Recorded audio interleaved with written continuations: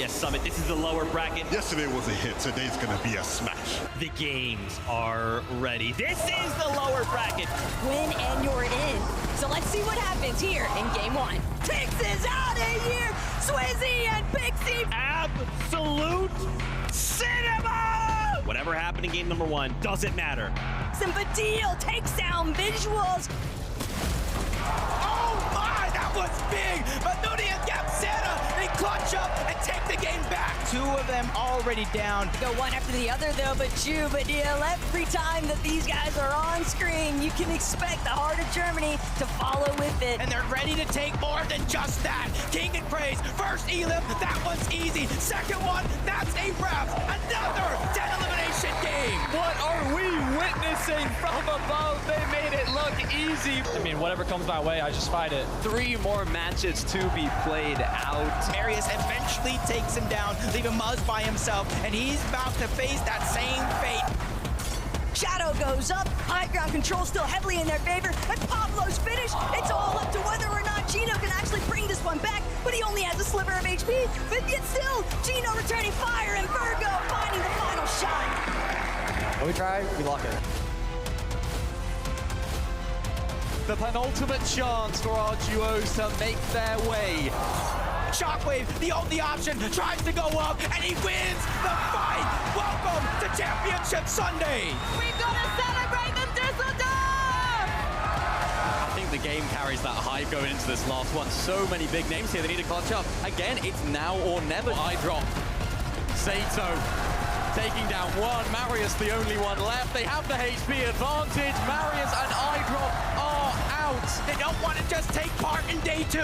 They want to take over. Ozone left by himself in no man's land. Javi and Aminus take it all.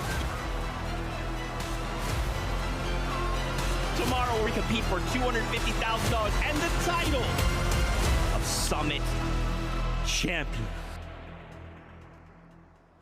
It's Championship Sunday here at the FNCS Major 1 Summit. At the end of 8 games today, we'll be finding out who will be taking this trophy home.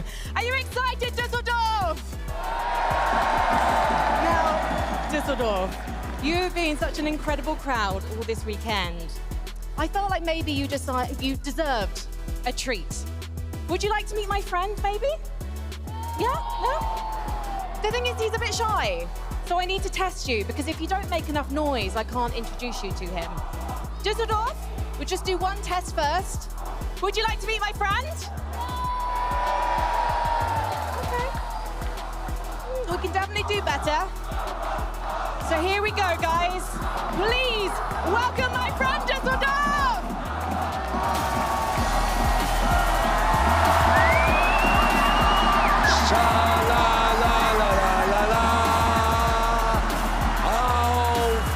Deutschland.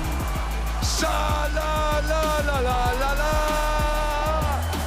Auf geht's, Deutschland. Scha-la-la-la-la-la-la. Auf geht's, Deutschland. Düsseldorf, are you happy? Okay, Düsseldorf, this is our home turf. This is our ground. And we share it with the Brazilians, with the Americans, with all the Europeans. And today, also, obviously, with all the casters from all across the world. Frankie, the caster team from Epic Games. Everyone, make some noise for them! Danke, Amar. What's it like having an FNCS LAN in Germany? I have to say, this is speechless. This makes me more than proud. This is something I've dreamed for the last 10 years. Make some noise, guys. Düsseldorf, today's the day. We're gonna crown a new champion duo. But are we going to be crowning a German duo? Because you've got so many incredible players here, Amar. We've got Badil and Ju. Make some noise for Badil! We've got Cringe and Vico. Cringe and Vico! We've got Chap and Flixie. Chap and Flixie. We've got Kaduo. He's playing with Rerex. K-Duo. And Amar. I nearly forgot. Oh my goodness, how could I forget? We've got Noah and Reason. Noah Reason. And you've had so many fans joining you to walk to the arena today. Yes, it was awesome. I lost my voice over there, and it makes me more than proud to be here, to stay on the stage with you. This is amazing. This is phenomenal. I'm so thankful. Epic Games, Fortnite, Blast, everyone here. Thank you very much to have me here. And also, bro, I want to see all the co-casters, yeah? If it's Fax, Aussie, Leo, Nikov, everyone. Thank you very much to make these events even more amazing. Honestly, it's just a dream. It is such a dream. It's so amazing to share the stage with you. And Amar taught me a phrase a few days ago. Okay, Leute, ich sag das kurz auf Deutsch. Ich möchte kurz, dass ihr Frankie hier nochmal aufhypt, okay? Sie ist das erste Mal hier, spricht jetzt Deutsch für euch, okay? Macht uns glücklich! Are we going to do this together? Eins, frei! Moin! Moin! This is your crowd. It was about a 5 out of 10, I think. I think it's 7 out of 10. A 7 out of 10, thank you, so generous. Okay, listen, we're going to do it one more time, and then we're going to head to the desk, okay? Okay. In 3, 2, 1. Moin, moin, Düsseldorf!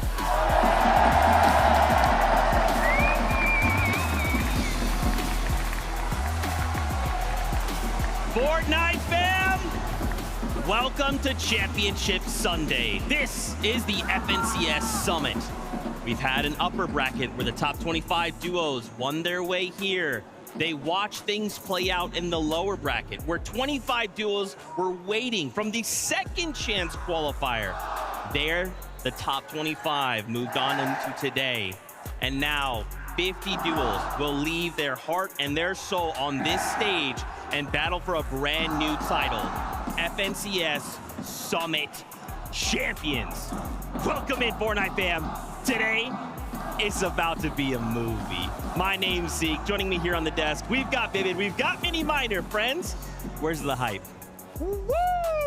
Fortnite fam, I am so excited. Our timeline over the past month has been an absolute treat. We just ended Major 1 finals not too long ago. We are already here in Dusseldorf, and somehow, someway, I blink and I might have missed it. We are already through Friday. We are already through Saturday. We are on Championship Sunday, ready to go ahead and crown a duo. I'm feeling good, Minnie. Mate, I'm so hyped. Grand Finals is here. We've got 8 games of competition today as well. And these days, they never disappoint because at the end of the day, one duo will be lifting that prestigious trophy. These days are always my favorite, and they always go by so quickly, so enjoy every second. Of course, so much on the line here for these duos after 8 games. I mean, look, we got to turn attention to that prize pool. Obviously, we added the additional day to the summit, which meant more prize money would come on in as well. $250,000 for the duo coming out in first place. Man, that is life-changing money, Viv. As you can see there, 50th place, just by kind of making it to the upper bracket and the lower bracket, they did secure themselves a couple of more extra thousands of dollars there, but those extra thousands of dollars mean nothing if any of these duos walk away without this trophy, Minnie. Yeah, that's what they've all got their eyes on. It's right in the center of the stage. It's there glistening under all of those lights, and every single one of those players in those booths there will have their eyes on that to lift it at the end of the day. It's probably my favorite trophy that we've done for one of these events as well. It glistens, it shines, and even that crown comes off as well. We saw Zeke doing that at the beginning of the weekend. It's a beautiful trophy, and forget about prize money. To have that on your mantelpiece, what an award. And guys, of course, this is all great, but we also can't forget there's 15 spots for the Global Championship. So not only battling for a trophy, we're battling to secure an early seat on that battle bus. Oh my gosh, so many different regions here represented from all different walks of life, from all around the world. We've got a breakdown here lined up. Let's take a look. Obviously, EU coming in hot right now, but it's okay, right, Viv? We got this. Please, we've got this. I mean, no surprise, right? We know that Europe had a lot more opportunities just in terms of their pure size, but I really do like this breakdown because, you know, Europe and NA Central kind of getting their fair share of the finals lobby here. But remember, everybody was kind of questioning all of the smaller regions because they did have to go through that gauntlet of the upper and lower bracket. Would they be able to perform? And as you can see by the representations there, 3 teams across the board there, with NA West picking up 2 teams as well. We've got a fair share of international competition here this weekend. Yeah, we've seen some really great performances in some of these smaller regions as well. You know, some of these performances, especially with the win format as well, that was amazing to watch. And of course, in terms of historically, we've seen some great performances across the course of FNCS as well. These are the best placements from some of our smaller region teams. Piacentini and Quito's in Brazil, 5th place. I think that was the 2022 Global Championships, or the invitation, I should say. Really great performance from those guys. It just shows that these smaller regions, they can come out to play here. Yeah, I mean, historically speaking, Brazil has just been popping off, right? That's the kind of the smaller region that has shown up when it matters. But it kind of worries me because since 2022, the smaller regions have only gotten into the top 15. What was that, like 5 times? Yeah. So they've had years to kind of do it. And this weekend, it matters so much more. So I feel like the pressure is going to be on. It is, man. Look, I want to get right into it. I want to start talking about these duels. We have to set the stage here. We got to start with Shark and Teeny, right? Over this last weekend, we've seen them kind of find themselves in a situation where we might be uncontested. Lights were bright over at Wonky LAN. Not only did Shark and Teeny have to go ahead and hope and pray that Clicks and Higgs were not going to make it to finals here today, they also had to hope and pray that Phaser and King were also not going to make it here today. Somehow, someway, both of those duos were not going to be seen here on Sunday, but Shark and Teeny, as soon as they kind of saw that happen, saw that pan out, I can imagine they were partying. They were so happy. Yeah, going to be really happy with an uncon Wonky LAN. The storyline in EU so far has just sort of been that they've been conned all the time. Hutty and Fishy X are sort of causing them all sorts of problems. They did, of course, qualify through here to this this summit, of course, that they didn't. But I had word from Fax earlier on. I don't think he's even happy I'm saying this. They could be surprise contested. So again, I was really excited about this. I was like, yeah, Shark and Teeny finally uncontested Wonky LAN. Let's see what they can finally do on the global stage. Huge opportunity for Shark to show what he can do in this situation as well. Could it now all start crumbling? The good news, though, is that they have performed when they are contested as well. So lots of question marks now over this duo. Yeah, exactly. I was just going to go ahead and mention that. I mean, you know, in the upper bracket, they did fairly well up against Clicks and Higgs when they were contested over there, so I wouldn't be too worried. Yeah. I really, really do hope that they are going to be uncontested because when they did go ahead and beat Clicks and Higgs off spawn, it was a 5th, a 6th, and a 11th placements in terms of how well they did in terms of games in the upper bracket, right? So whenever they do make it off spawn, they make it to the end game, they do very well. Okay, we'll have to see. I don't like hearing that, man. I don't like hearing it. Be surprised contested. But let's keep the conversation going. We got to talk about Sky and Scroll. I mean, these guys are so incredibly consistent in EU, and now here we are in an international competition.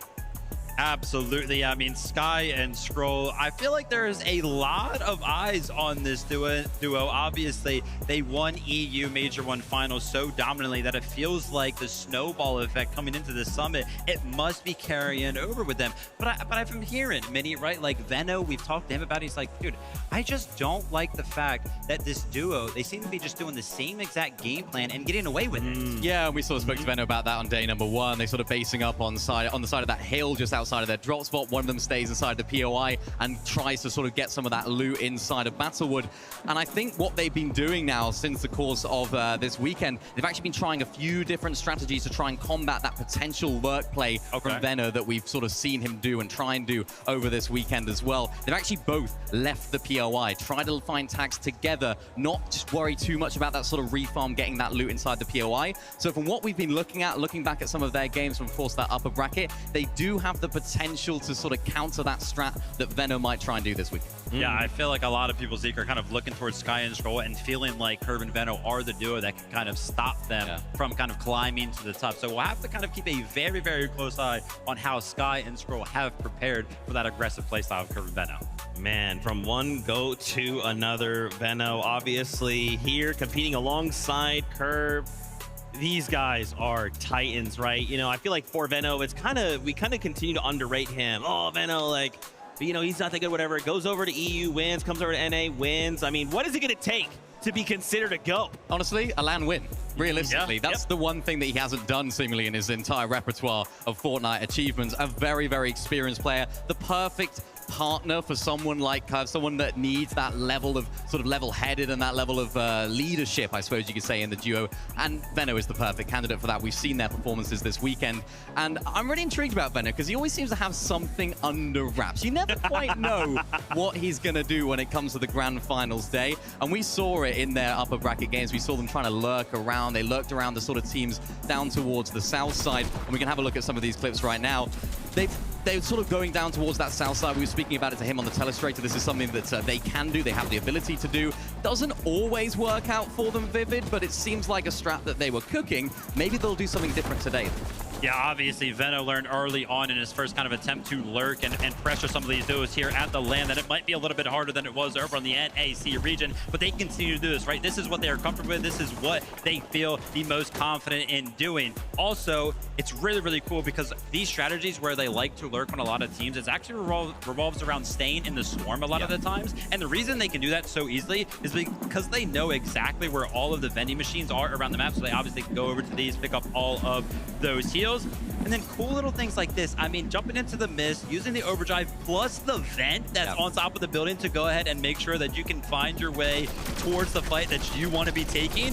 The little strats, man, they're so cool. Yeah, they're sort of conditioning that south side of the map. They're even going towards the west side as well. We saw it going over towards Thomas HD and Focus. These sneak plays, so valuable. They're really, really great for them right now. And they're able to try and find so much success in doing that. The big question mark now, though, is whether they're going to do it up towards Sky and Scroll in the north. Exactly, right? All these examples that me and Minnie kind of found for you guys, Sky and Scroll were not featured at all. Yeah. But we got an opportunity to go ahead and talk to Sky about that. And he was like, listen, man, we felt good about how we played in the upper bracket, but it was kind of weird, right? Because it's like, Urban Veno didn't do what they said they were going to do, right? They said they were going to push us, and they didn't do it.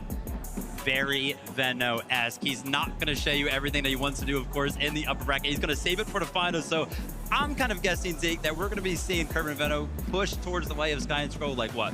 Once, maybe twice over the course of the 8 games. Obviously, they're not going to do it every single time. Yeah, it's a sort of Veno thing, maybe to not do it in game 1 to try and throw them off, because I'm sure Sky and Scroll are thinking, right, we're going to have to pull out that strat. Maybe we both leave the POI and try and rotate up. So I feel like it's such a Veno thing. They might not do it game 1, but game 2, keep your eyes out. Oh, okay, I like it. Well, maybe Frankie can ask Veno this question because they're standing by right now. Thank you so much, guys. I have to ask Veno a different question, if that's okay. I hope you don't mind, everyone on the desk. But Veno, we're hearing you might be contested. Can you fill me in, please? Yeah, I might be contested by the team that landed there in lower brackets, King BR. I don't really know what's going to happen, but I'll try and do my best. Is that something that makes you nervous, knowing that the game plan has to change on the day of the finals? The day, more like 15 minutes before. 15 minutes before, but you are so experienced, okay? You have wins in multiple regions, second, obviously, at the Invitational in 2022. You're one step away from being the GOAT if you win this, but you have that experience. So now, what do you do with that 15 minutes? Try and mentally get into it. It's more a mental thing than actually being able to do any prep. Mentally prepare, visualize it, and when the odds are against me, I rise above. And we know you do. How would you prepare Curve for a situation like this? Because it seems to me like he's taking to LAN like a duck to water. He's cool and he's calm right now. He's definitely taken to it well. I'm not sure how hearing this late news will affect him, but the odds are in our favor. And all he needs to do is listen to you. That's all he got there. All he's got to do. Veno, what would it mean to you to win today in Dusseldorf? I mean, everything. I'd be completing my career. Nothing left to fight for. You'd have everything to fight for, and you're going to fight for it today as well. Thank you so much, Veno. Good luck today. Let's head back to the desk. You know, that's a very familiar Veno. That's a very locked in, I know what I'm here to do today. That's a, you know what, invitational last game? Why don't we take a risk here, Veno? I like to see that. Obviously, the duo are ready. Curve, player on the rise. I like seeing Veno locked in. I kind of wonder where Curve's at. I got to tell you, it's so funny because when we talk about an event like this, we talk about the month-long preparation that kind of leads into an event like this. But realistically, whenever we talk to these players, sometimes it sounds like it just boils down to the literal last 15 minutes to go ahead and finally prepare you, right? Because that's when all the pressure starts to hit. And also, that's when some of the big changes start coming in. We spoke about it with Shark and Tini earlier on. They probably woke up this morning, yeah, uncontested, Wonky LAN thinking, looking good. Then a team comes in, maybe potentially contesting them. It's like, you have to think on your feet in this game, both in-game and outside of the game. So these sort of last 15 minutes for these teams, especially those with experience, are going to be super, super vital. I believe in Veno right now, and I believe in Curve. We saw them perform well, and I'm sure if everything goes according to plan, Mama Papa Curve well over there, they're going to have a great time. They just yell. That's great. Let's talk about another duo, obviously. Can't not talk about Peterbot and Pollo appearing here in the finals. We have 8 games ahead of us. So what do we think, boys? Why are these guys so feared? And do we think they can maybe kind of instill that fear into the lobby today? Well, they're going to be feared for sure because somehow, some way, Mini, they've ended up uncontested. I mean, all of the drama kind of coming into the weekend. Clicks and Higgs are going to be landed on them. Mr. Savage and Velo, they look good to kind of make it towards the finals. But no, Peterbot and Pollo is seemingly as if they are going to be uncontested over towards Squibbly. Listen, we know Peterbot and Pollo, why they are so feared. It's because of those placements, man. Yeah, their run was absolutely unreal, wasn't it? Together when they were playing in duos, they had a solid run separately in trios then as well. But as of late, it just hasn't been that level of performance. Last Global Championships, not a great performance from them. This major, 7th place, I think it was, not an amazing performance for them when you consider what they've done. This is Peterbot and Pollo we're talking about. So I think there's a lot of question marks, weirdly enough, about this duo going into today, because it's like, what version of Peterbot and Pollo are we going to get? Are we going to get the feared, the scared, the conditioning Peterbot and Pollo, the teams that run away?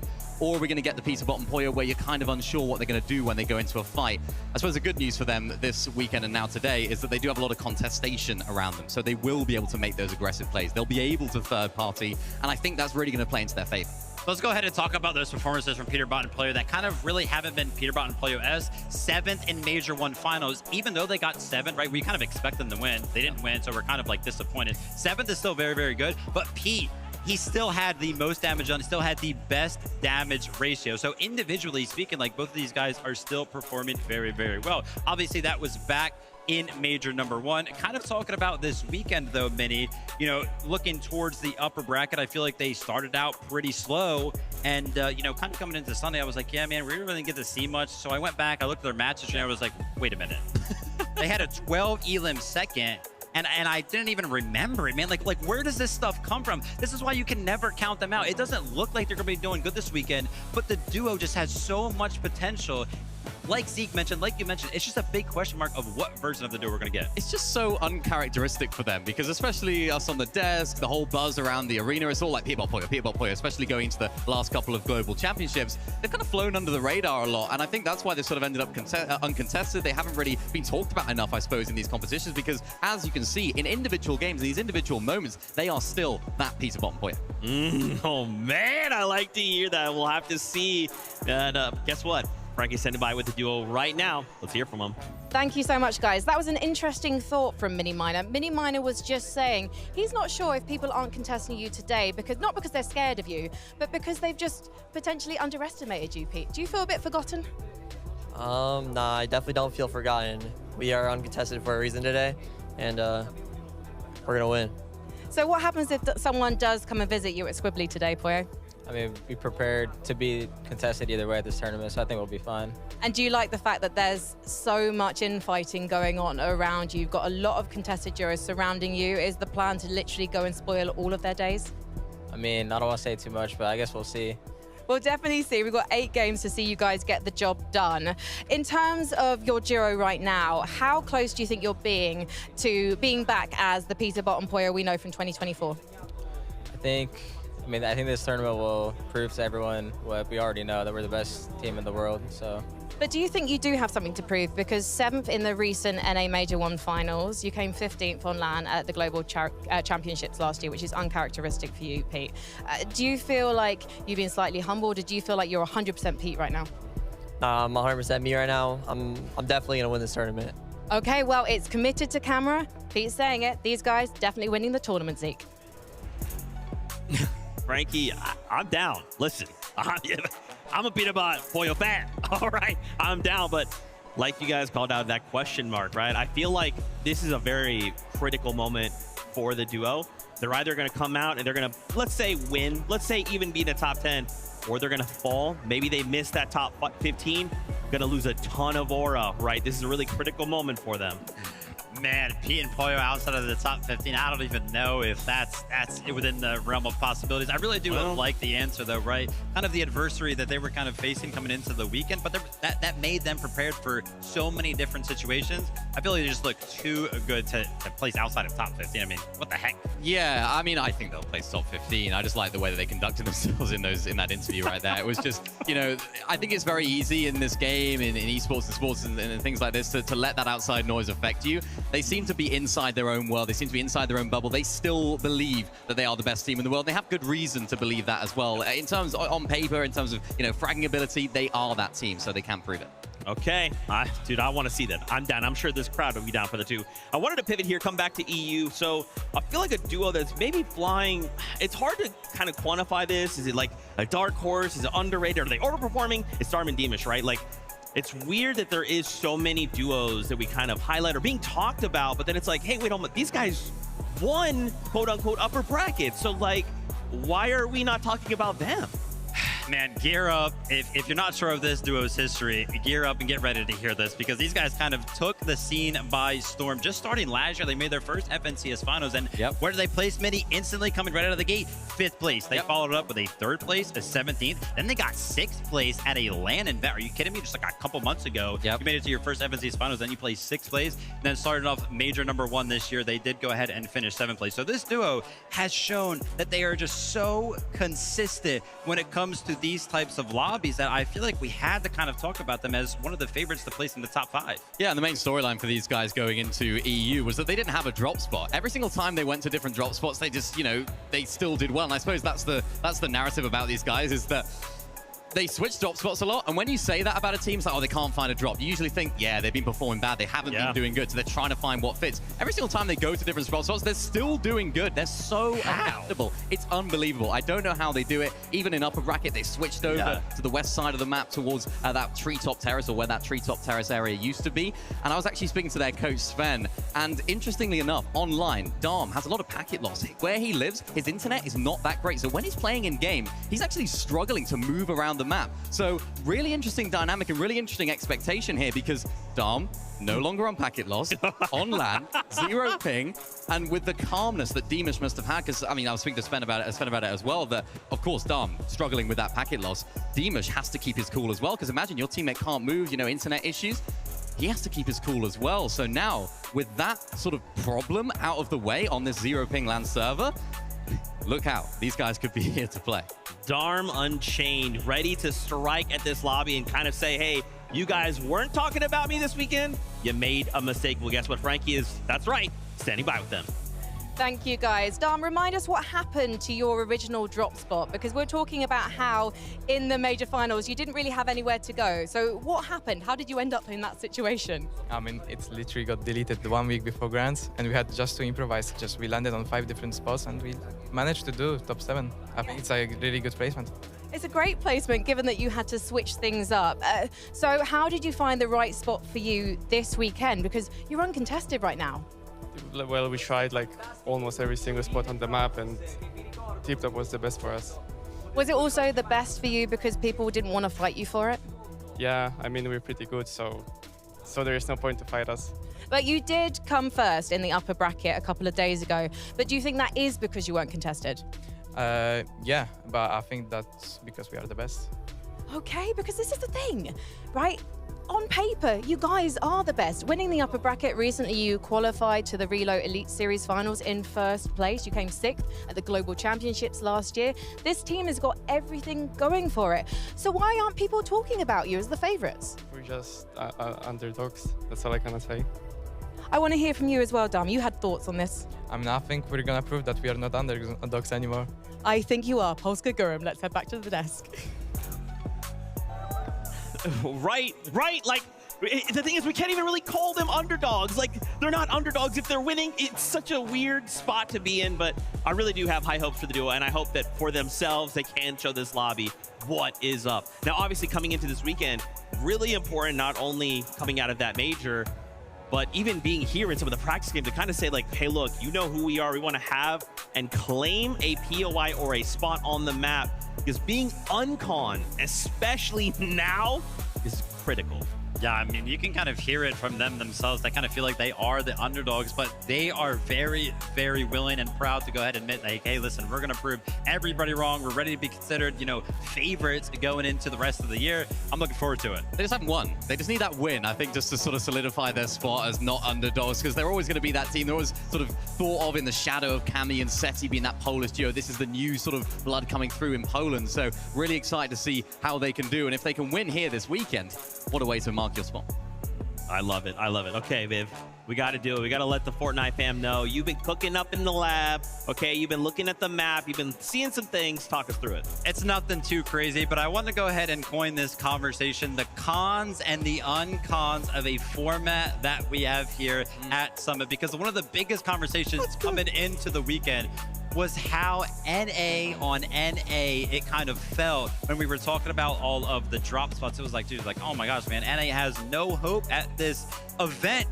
And then, boom, all of a sudden, we've got Acorn and Bolts uncontested. They were supposed to be contested by Yamzo and Josh, but they've gone ahead and switched Cold and Rapid. They had multiple teams kind of thinking about landing on them. Tyler and Chance, Basin and Gerald, they're not going to be landing over here anymore, so Cold and Rapid look good. Shadow and Virgo, a team that was kind of peeking over towards this drop spot. Darman Damus, FKS and Hero, they look like they're going to be uncon now. And then obviously we know the story of Peterbot and Pollo with Clicks and Higgs and Savage and Bello. So all of these kind of NA teams last second ended up being uncontested. And I was kind of walking around. I've been browsing socials, browsing the creator setups over there, and I feel like the predictions in terms of like top 10, who's going to win the event, have changed dramatically. You know, if we take a look at the predictions, what they were looking like 3 days ago. Yeah, I feel like it's sort of less one-dimensional now. We've got so many more names you can throw into the hat, because being uncontested, especially on this stage, is going to be so valuable for these teams in this current situation. And again, like we spoke about earlier, having those last-minute adaptations, those last-minute adjustments, even just to in your favor, is going to make a difference as well. Even if you thought you were going to be contested, now you're uncontested, you do have to play things a little bit differently. So although it seems like a clear path for them to win, it's like, yes, look at these guys, they're back in the mix. They still need to play it right, and that's where we're going to have to see them this weekend. Absolutely. All right, we've talked about the uncons of the event. Let's go ahead and talk about the cons of a format like this, right? Because all those teams that were contesting those other teams had to go somewhere else, right? We talked about Yamzo and Josh potentially contesting Acorn and Bolt, so where the heck did they go? Hari and Cammy, man, how good did they look in the upper bracket? But now that they're going to be contested, I'm not entirely sure. We still have a very similar situation, or the exact same situation that we kind of expected over at Sandy. I'm sure Kanata and Victor V, I was going to say they probably don't feel too good about that, but I feel like they played so well in the upper bracket, maybe they are happy about it. Yeah, they could be more than happy about that. They're sort of used to being this off-spawn situation. They're definitely more than comfortable being contested. And even down towards the south side as well, Akira Kurama against Phantom and QNDX. I'm not sure that's going to keep going like that throughout the entire 8 games. We saw Akira and Kurama landing up towards that south side of Frigid. I think if things don't go so well for them down there against Phantom QNDX, I think they might go back up. So go back to that uncontested map, Shadow Virgo. They might have that surprise contest station as well. That could play into the favor of Phantom and QNDX as well, especially if Curve and Veno start lurking around in that south side. You never know what's going to happen. This guy's always trying to stir the pot, man. You know, my favorite Shadow and Virgo. I love those guys. You're like, well, maybe they could be landed on, man. Who knows what's going to happen? 8 games for us to kind of find out. I'm excited. I'm excited, Viv, because it's that time. We got to start bringing the players in, having them board up on that battle bus. So, Frankie, over to you. Thank you, Zeke. There are just 8 games remaining before we find out who will be lifting the trophy in the center of the stage. The first ever FNCS Major Summit champions. Everyone wants it to be them. The player lounge is full of nervous players. They're starting to make their way down and queue up to meet their fate on the stage behind me. In the end, there can be only one team that tops the summit. So Düsseldorf, please give these players your everything. Make some noise!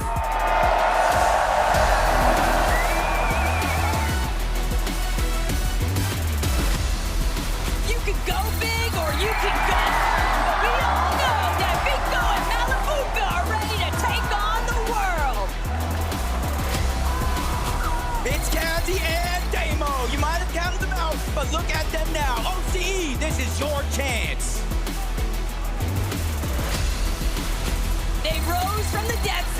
Lewa and Romero are aiming to surface as champions.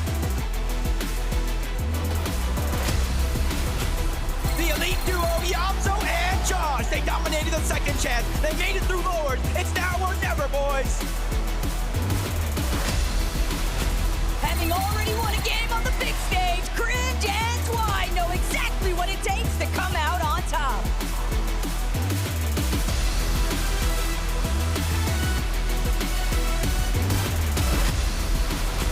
It's the NA West chance. Victor V and Kanata. Triple contested day one wasn't a problem. Now we run it back with everything on the line.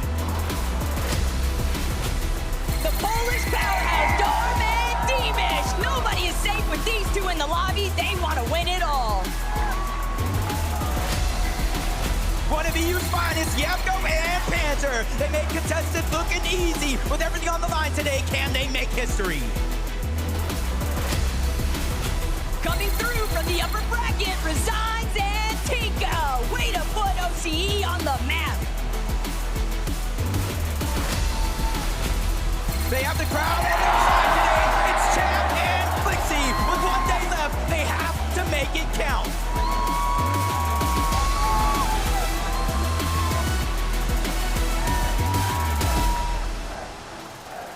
Now, got a bit of advice for all of you watching in Düsseldorf. Never keep a lady waiting, but you know what? It's going to be worth the wait because I'm standing by Tinker and Resign's booth. I'm just waiting for them to join me on stage. Come on, boys.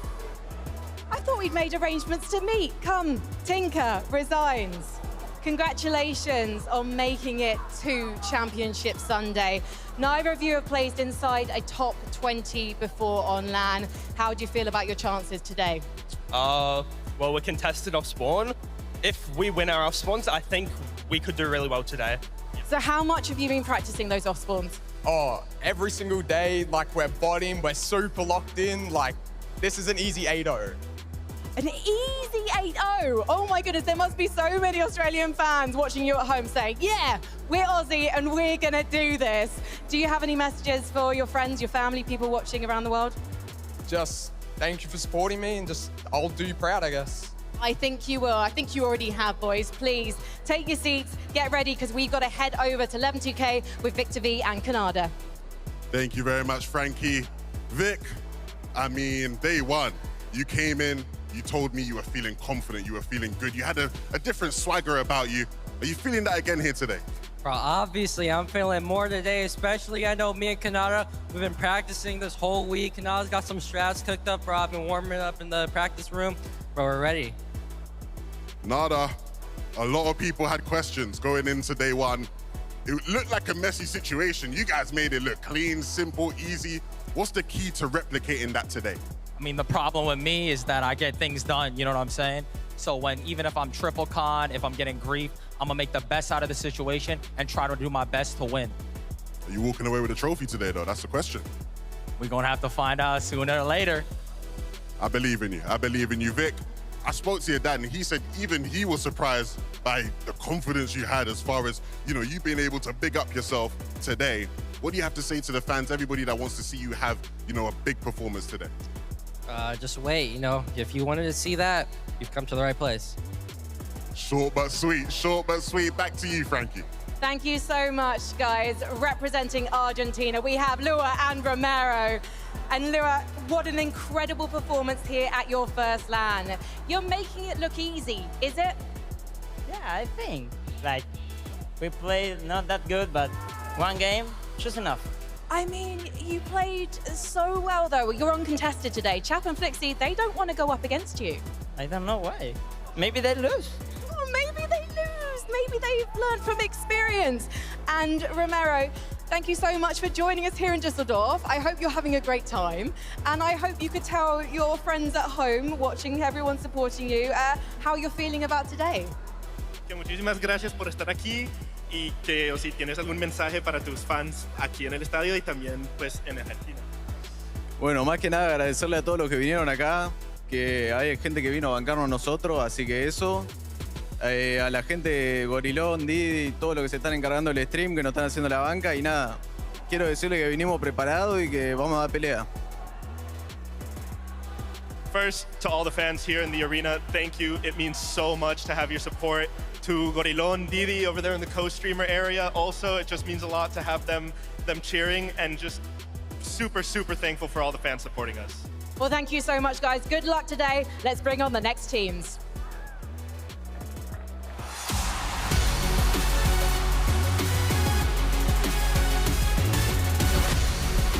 They say the past can determine your future, but today, Thomas HD and Focus will control their own fate towards champions. Repping EU, it's Cringe and Volko for the top 7 and a win in day 1. These guys are looking primed up. They have to make it count. Total underdogs, but their bark matches their bite. Liam and Jace, let's see how far you go. One of Asia's best, it's LB, Works, and Bond. Today they look to make history and win it all for their region. Against all odds, they still made it back. It's Mini Vio and Fufu. Scrappy but calculated. It's time to take over.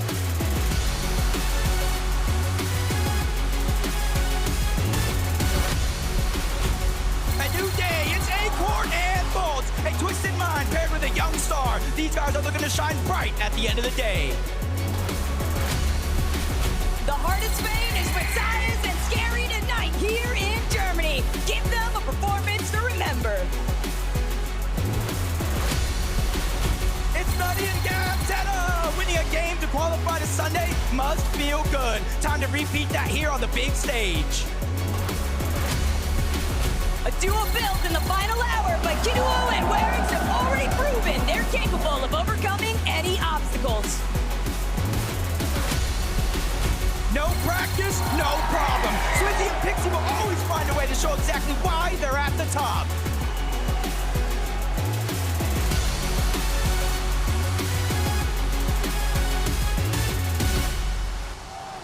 Kuduro and Warwick are making their way over to me now. It's a long walk past the fans here in Germany. Warwick's representing France. He's got the Gentlemates fans. I hope they'll take him under their wing this weekend. And of course, Kuduro, he's representing himself and he's representing Germany today. This is the thing about Kuduro. Kuduro wasn't even meant to be playing. He was a backup player. He found himself drafted in at the last moment, and now we get to talk to him. Kuduro, what was your reaction to being asked to play in your home country at the last minute?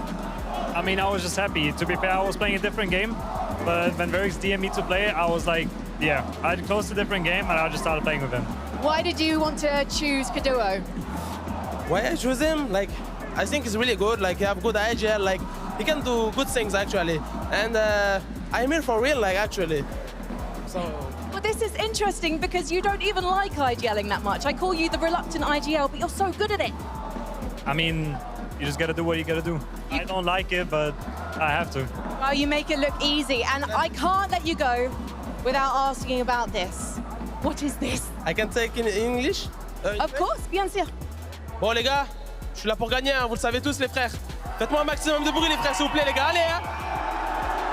For the guys, we're gonna get the win. That's how I can sum it up in English for you guys watching at home. Let's head over to Levin. Thank you very much, Frankie. I'm here with Acorn and Bolt. Acorn, I'm not gonna lie. Every time we have seen you so far at this event, you just look so cool, calm, and collected. What do you know that we don't, man? Today's a big day. I'm ready.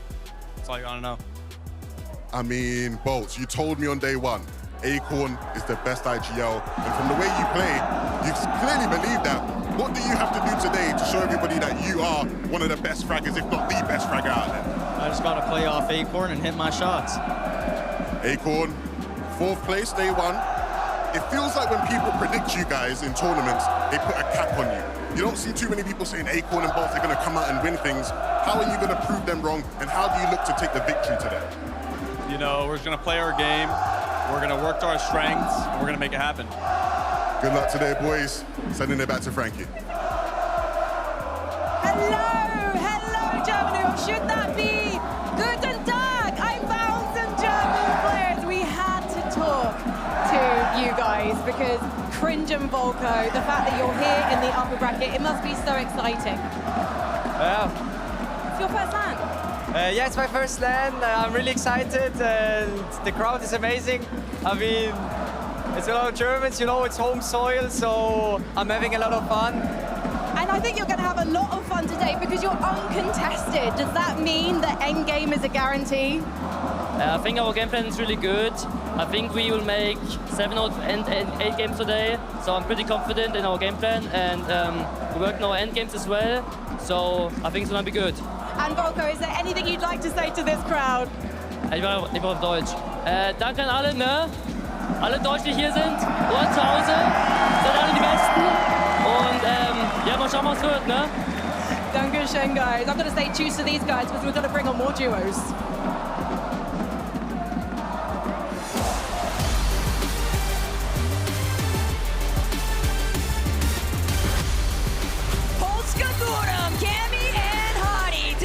Your chance to win it all, so make sure that you take it. Two of NA's best, Agers and Ritual. Night and day performances so far, they look to catch fire and hoist that trophy. They already shared they want to win it all, and with the way Tiggs and Danikush are playing, they might just make it. From Brazil, Teus and King VR. Through the fire and flames after this weekend, there can only be one true king. A total dark horse of the lobby, Minardi and Darkos are paving their own way to the trophy.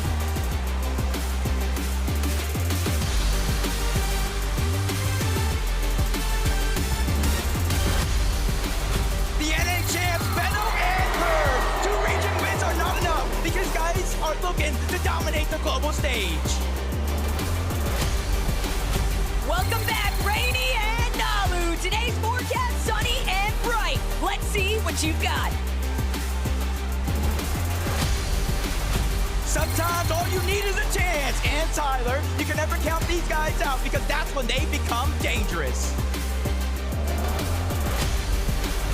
There's predictions and then there's guarantees. And one thing's for sure, Shadow and Virgo are ready to take the crown. It's Akira and Kurama. They have the entire arena on their side today as they look to win it all.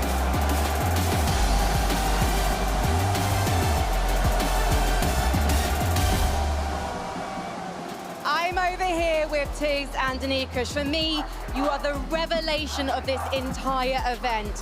How did it feel to play on 0 ping yesterday? It was really good, it was good, we played good, I'm happy. You played more than good. Second in consistency, constantly going for that high ground. Did you expect to take to this so easily? I mean, we didn't thought it will be easy, but going to 0 ping really showed us what we are capable of. We were just flying out there, doing everything we want in the way we want it, and that gave us the confidence we needed for today. The thing is, though, you were uncontested yesterday, but now you're going to be contested by Reason and Noah. It's going to be a lot harder to get off spawn and play the game you want. Are you prepared for a fight? Of course we are, we practiced it a lot. Not gonna lie, there's a lot of pressure playing out of here in the big stage, but the thing is, we love playing out the pressure, and the crowd here makes it even better. So you guys remember, Fortnite is a game, and today it's game time. It is game time, and you know who else it's game time for? Agers and Ritual. Yes, indeed. They are ready for game time. Richie, we have to talk about day one, because it didn't go how people were expecting it to go for you guys. What went wrong on that day that has to go right today? I just think our off spawn was a little messy, but you know, we watched it back, did good in lowers, and now we're here today. I mean, you did really good in lowers. Agers, you guys talked about how yesterday it felt like you could play your game, and it just felt completely different. What about that day just really made it feel that way, and how are you going to make sure you have that same feeling today? Yeah, I think we were just trying to get back in the flow of playing again with the contested, and me not feeling the best on the first day. It kind of messed with us a bit, so now we're back to playing and how we normally do. Richie, you guys know better than anyone on this stage what it takes to compete for championships. What about you two together is the difference maker that will help you lift that trophy? I just think our chemistry is very good, and our vibes are always at the top, and that's all you need to win. Hey, said simply, back to you, Frankie. Thank you so much, guys. I had to grab a new French duo to LAN. We've got Dark Horse and Minori. Dark Horse, do you feel like you had to play things safe to qualify for today? We're gonna do our best, and we're gonna try to qualify. Well, what you did was good enough to make it here. What's the plan today? We're gonna play our game plan like we play usually, and try our best. You're going to try your best. Do you think you need to be more aggressive, fight more to make it to the top? Oh, I don't think so. I think we just have to play with our game, and that's it. Are you enjoying LAN? Is it fun here? Yes. Of course, bien sûr. Yeah, absolutely, it's fun. We're having the best time, and you know what? We need some more duos to join the party.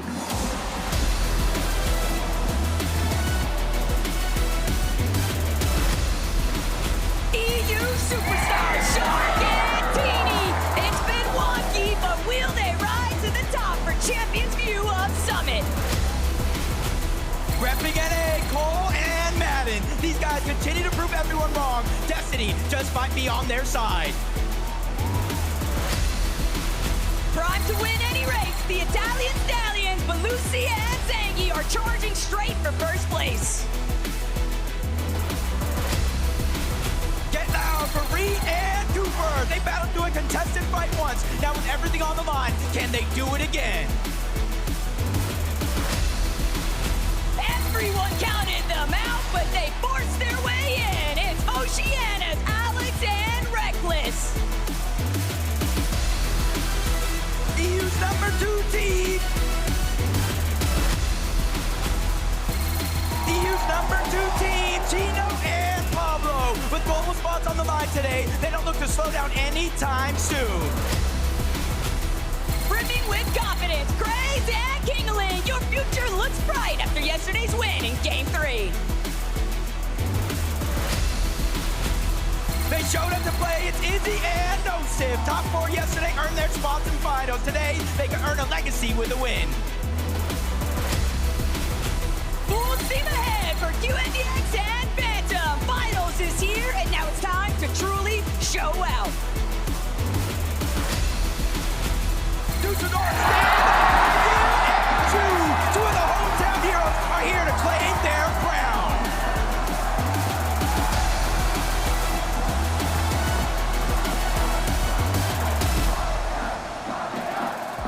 QNDX and Phantom are on their way to meet me at their booth, and this is a duo who are literally running to meet me. Phantom, it's okay, conserve your energy, because let's face it, you need it for the win today, right? I do need the energy. I mean, the crowd's amazing. I think we're gonna win at least 2 games today, so let's hope it works. This is your first LAN. What gives you so much confidence? I mean, I've been playing this game for 9 years now, competing for that long. It's the first time I can show the world how good I am, and I'm gonna show it today. I can't wait to see it. I've got to talk to your teammate. QNDX, this is not your first LAN. We first met a few years ago, but how does this LAN compare? I think they're both really, really good. It's so much exciting to compete in front of all of the fans. Let's go! Do you feel like you're a stronger player than when we saw you in 2023? Definitely, way better. They are not ready for this performance. I'm so ready to see the Middle East team standing up this time round, but we've got to head back to North America with Reet and Cooper. Thank you, Frankie. I'm standing here with Reet and Cooper. Reet, we have seen a lot of back and forth between you and Ages about your off-spawn situation today. Is it fair to say it's gotten personal? No, I wouldn't say we got that far yet, but we've definitely on the verge. But I think for now, we talked it out. You know, I think things have calmed down a little bit. I think we're thinking with our heads clear. So I think we're both going to do our best and see how it goes. And maybe depending on how the first few games go, things might change. But for now, I think things are good.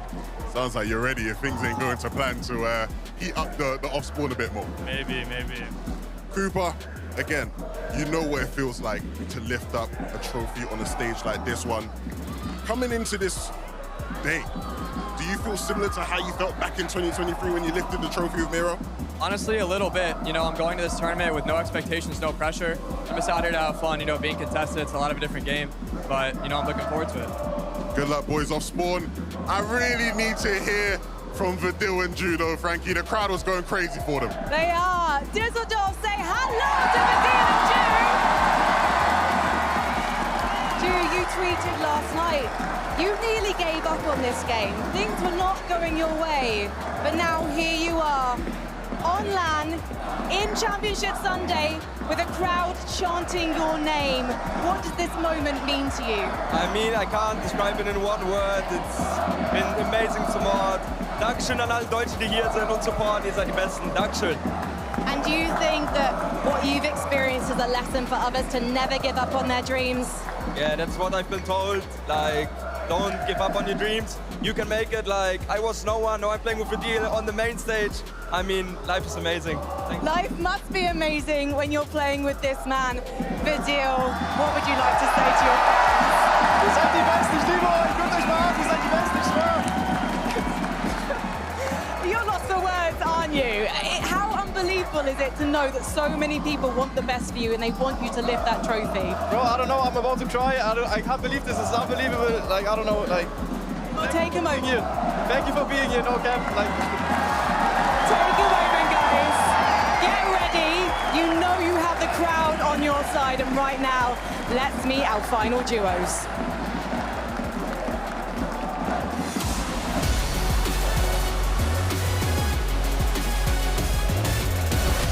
The sky's the limit, and Scroll's only been going one direction since the year started. Up. Give it up for Epic Rail and Pump. With 8 FNCS championships combined, this is a dangerous duo you can't count out. Yesterday, they saved the best for last, but today, Hobby and Unfinished are looking to pop off from the start. Let's get it. Pressure burst pipes or makes diamonds, and for Picks and Ghosts, they're looking to shine bright today.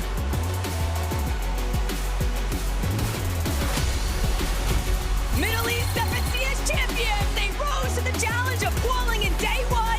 Bakusan Hero Finals is yours to crush.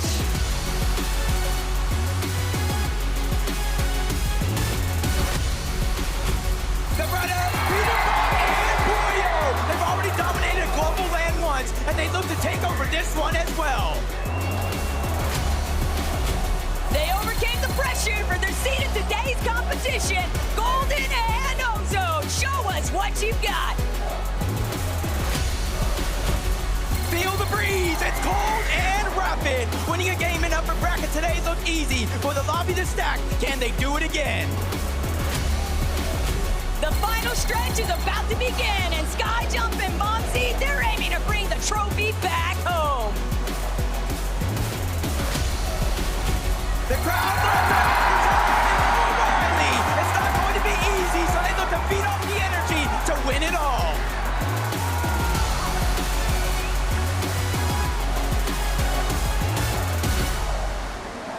Scroll, the numbers are saying that this is yours to take. It's yours to lose right now because you're the favorites in this competition. Do you feel like it's your time? Hopefully, we practiced the whole week, and I think it's gonna be maybe the time. Benno was saying in an interview earlier this week that no one seems to have tried to counter you in Europe online. Do you feel like that could change today?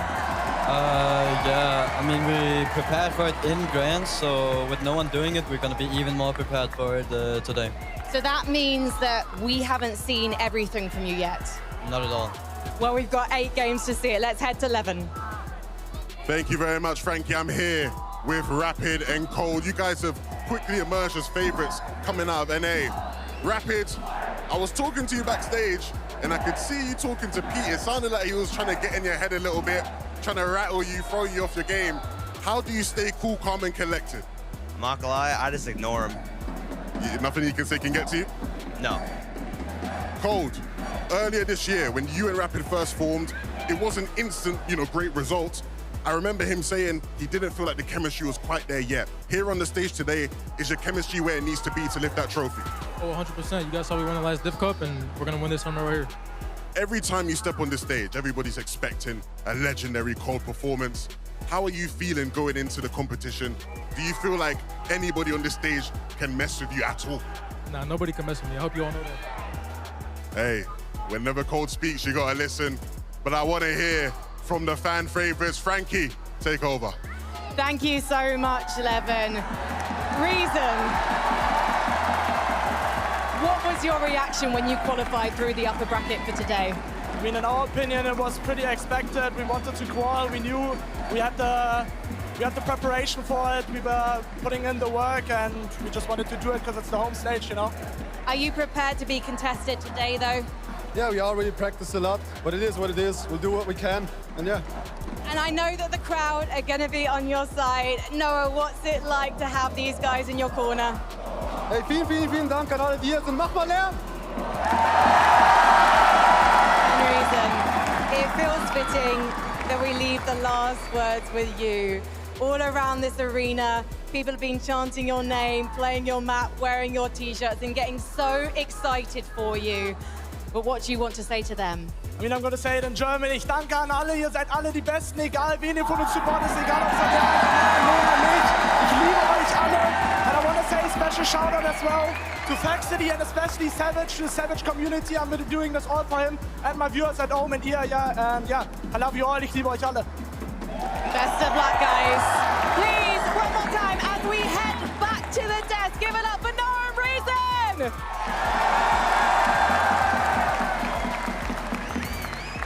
Oh man, it is going to be insane.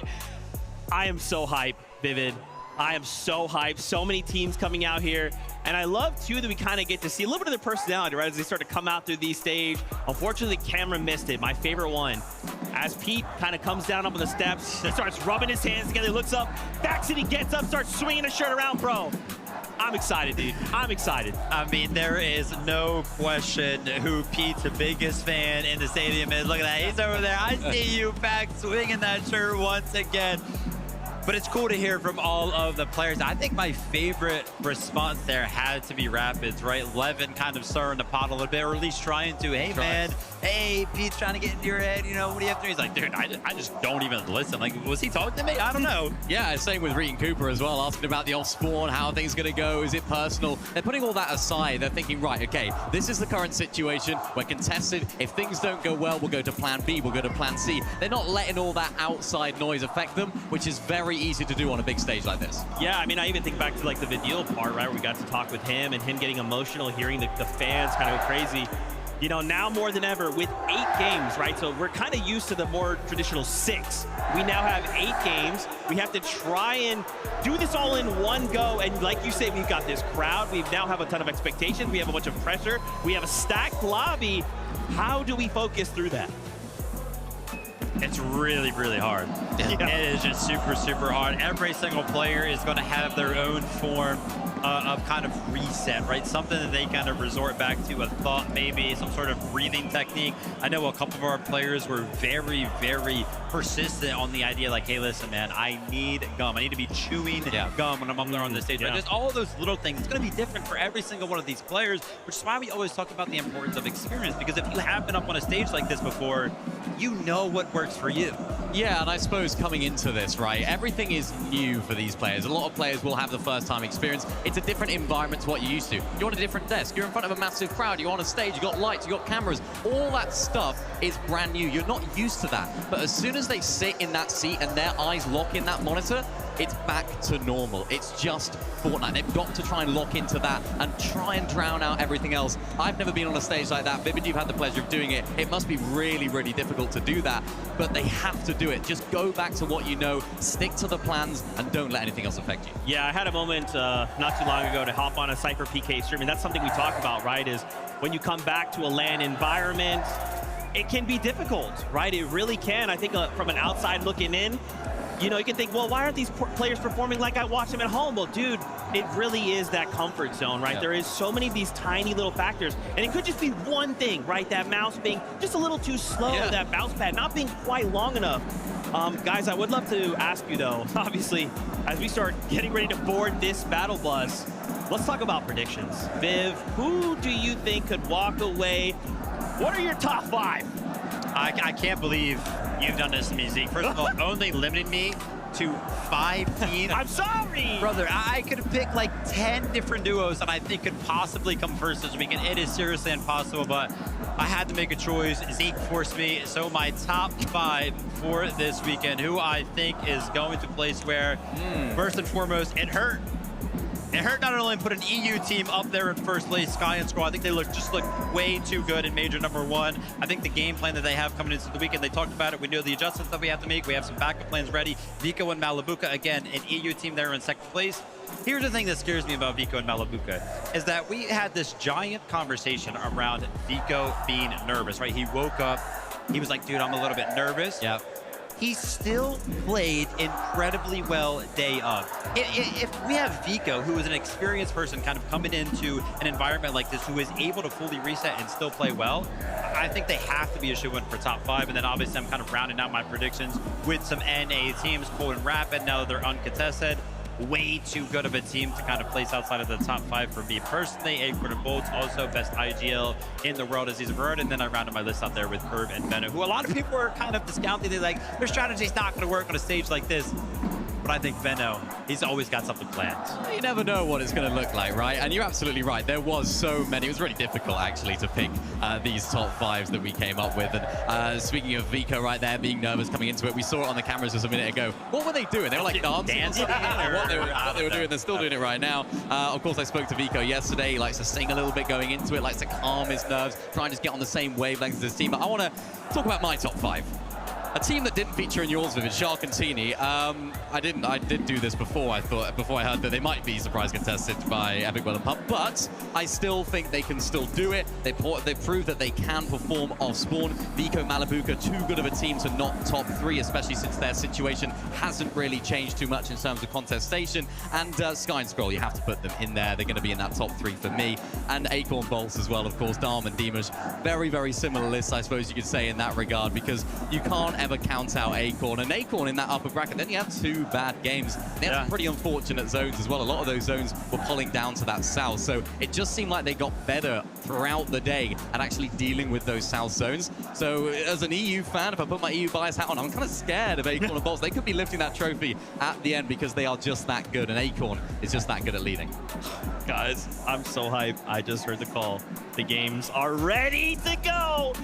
Let's get ready, Fortnite fam. This is the first game of the finals. Jacob PR, the best taco, and Levin 2K. Over to you. This is it, the moment you guys have been waiting all weekend for. Championship Sunday. One team will be crowned the best in the world for this moment. 15 global championship spots and over $1 million in prize money. Yeah, I mean, we're making eye contact right now, but Levin, all of these teams, they're aiming to go straight to the top with you, big fella. And I mean, it's exciting to think about the fact that they've had a couple of days now to prepare, but for some of these duos, the ones coming out of that lower bracket, they are going to have a little bit less time to adjust, but they still gotta make it happen. Absolutely, but I think when you look at the way the games played out yesterday, so much to learn. I think there's so many duos who, I think coming into the competition, we might not have even really been expecting much out of them, but they have showed up yesterday. It's about doing it today, though. Yeah, and honestly, coming to this 3-day format, day 1, nobody gets eliminated. It kind of leaves you thinking, where's the entertainment going to be? It was entertaining as can be. Any other event we've seen so far. Day 2, where 25 teams were sent home. Heartbreaking moment, but again, it was cinema. And now we're here, 8 games instead of 6. And what does that do? What do you think that does to some of these players? I mean, it's a long haul. I think the big difference is we've seen so many tournaments over the years where day 1, you get the opportunity to reset, you get to watch some games back, jump into the next day. It's a completely different meta tournament feeling. You only get the halftime break today, Jacob Tackle. I mean, it is not much time to play with. Yeah, and that's part of the difficulties behind it, right? Because typically you'd anticipate having that little bit of extra time for review, maybe a fill-in slot, you know, even some of the other pros willing to help assist. But now you have to question, was it worth me actually helping out some of these other teams? Because what if they decide, hey, my off-spawn isn't going well, but I know what makes yours better, so why not challenge it?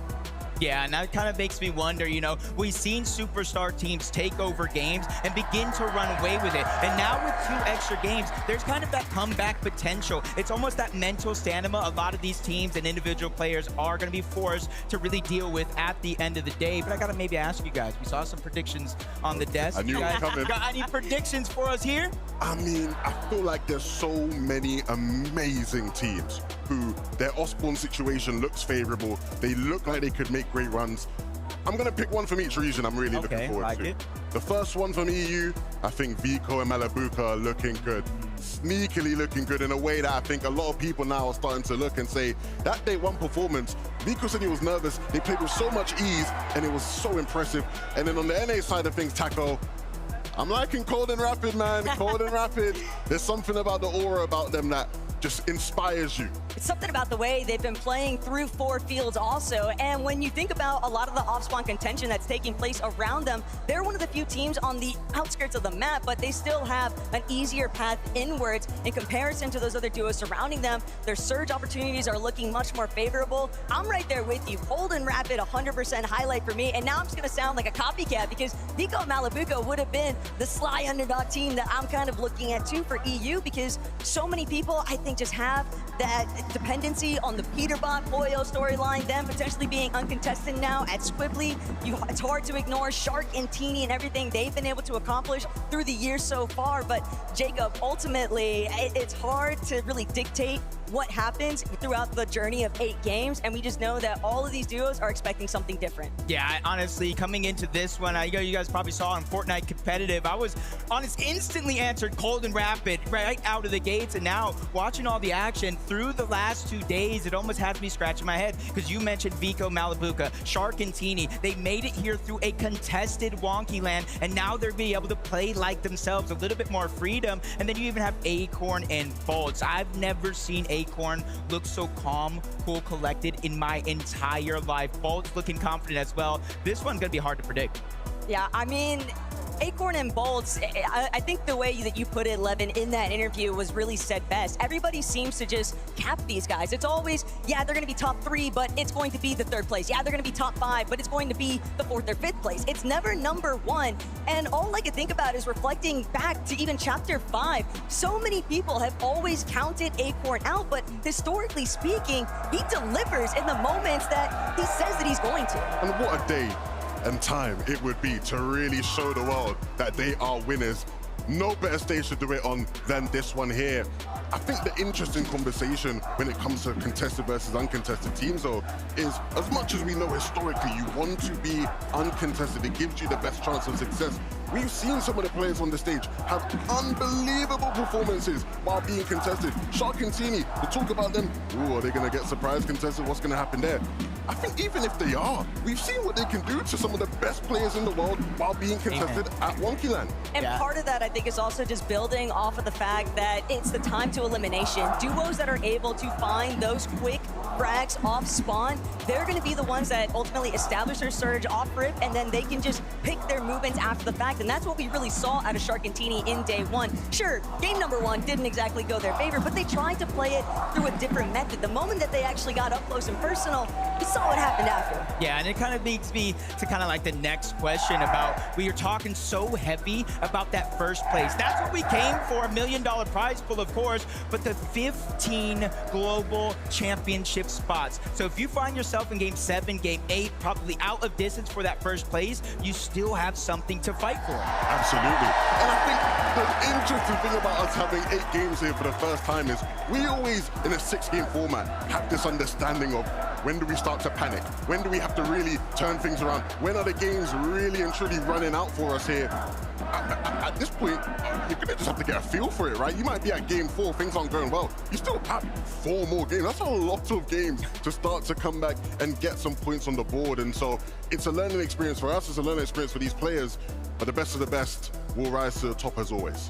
And we know the margin of error when it came even just the top 25 throughout the past 2 days of competition was you're realistically looking at maybe 1-2 lobbies. That's all that's necessary to fill that void and close the gap. But here in an 8-game format, top 15, the margin of error is that much slimmer. And we've already seen just how quickly paranoia can kind of ensue when you're suddenly realizing, hey, game 1, not for me. Games 2 and 3, all of a sudden, oh no, I'm at game 4 and I'm still not off spawn.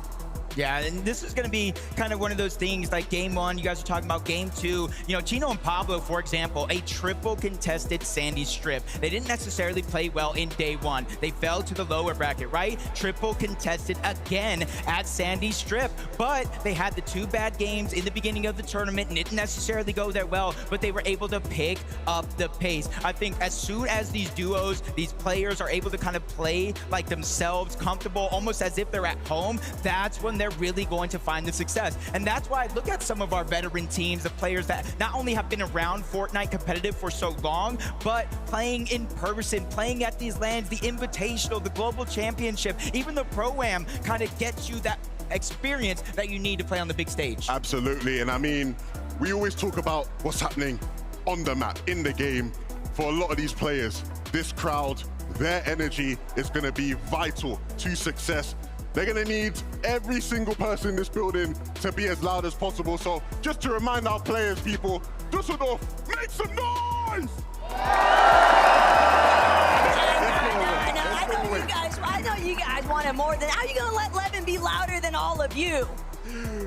Dusseldorf, make some noise! Let's go alive.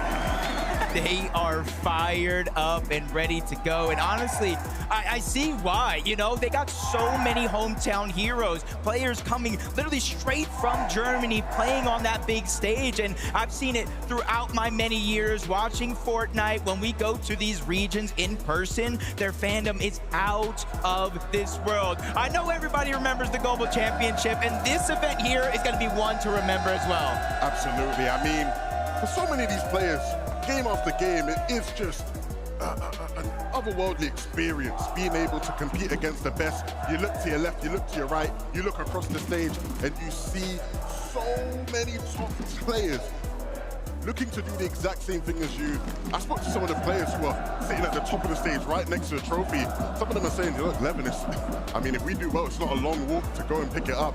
You don't want to watch another duo walk past you to lift that trophy up. You want to be the ones to look everybody in their eyes as you rise that trophy and put that crown on your head. The first one is always so special. And granted, we have numerous Major 1 champions in the building participating in this competition here tonight, but everybody wants that moment of pride, the ultimate celebration, because you're not only confirming the trophy, but you're also establishing your seat for the Global Championship. Yep, and I know we're still getting ready to go. You see the players on the stage, the stands. I even see a Mark on the co-stream, just letting everybody feel that energy. And that's why I like these in-person events, because everybody can go ahead and type who their favorite player is. You can go ahead and be in those chats. But when you're in here in person, these players hear you screaming their name. They hear you being a part of it all. They hear you showing your passion and giving that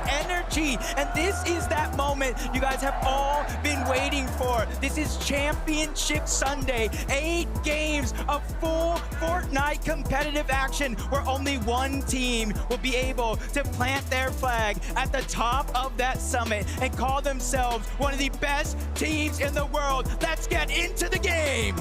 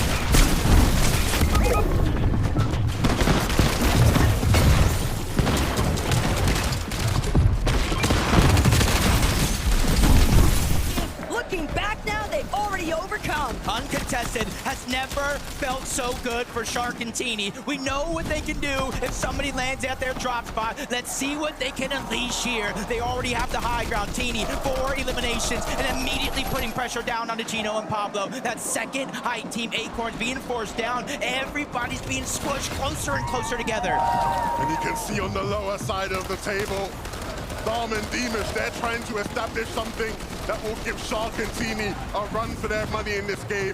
It's about these two duos and everybody in between who will drop down or fall into this trap. Cold and Rapid, they need to be careful now. The pressure is being applied and they can't handle this player right now. They need to get off of it, and Cold will do just that.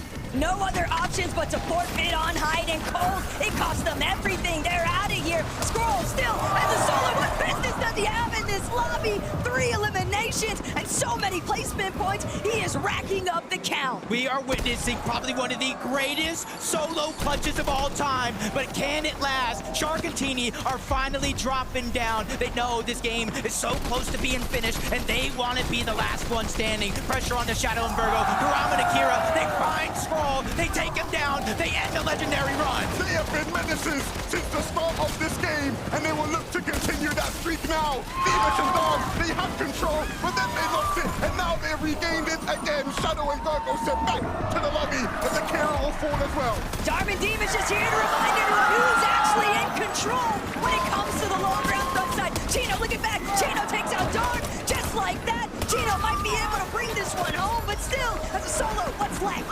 Wasn't able to get any of the match, so he gets taken down from it. Shark, Teeny, the future is here! They take game 1 and put themselves on top! It's everything that everyone has been waiting for, and the fact they came to deliver on the first game of finals, that's exactly what you'd hope for. Everybody wondered if the young Shark would step up on the stage, and he absolutely will. What does he have to say about it all, Frankie? Shark, your first VR in a grand final. How does it feel? Normal. It just feels like a normal day for you. Teeny, I know you've experienced this before, but what's it like doing it with Shark? It's amazing, it's easy. It's amazing, it's easy. You got the timing exactly right as to when to take height. Was there a point you thought it maybe looked too messy? No, it looked perfectly clean. The game was full on easy mode. We pulled every zone and yeah, just won the game. Did you get lucky though when the zone pulled down the mountain? Yeah, we did. We got lucky with zones. Do you need to get lucky again though in order to win more? No. Okay then. Shark, I'll just ask you one more thing. Is there anything you'd like to say to this crowd here in Düsseldorf? We will win this. You'll win this, okay. I think Düsseldorf heard you loud and clear. We're gonna head to a break. When we come back, game 2.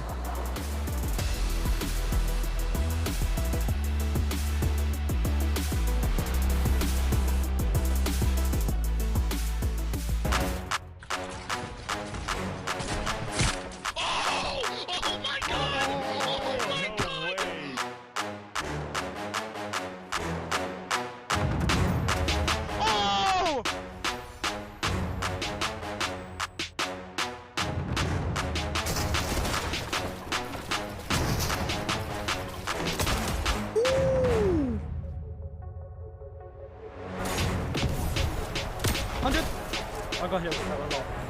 I'm popping a med bit. Wait, short. You got 6 builds? No, max up. Wait, if you're mid, wait. 100! 100! Oh my god! Oh my god! Oh my god!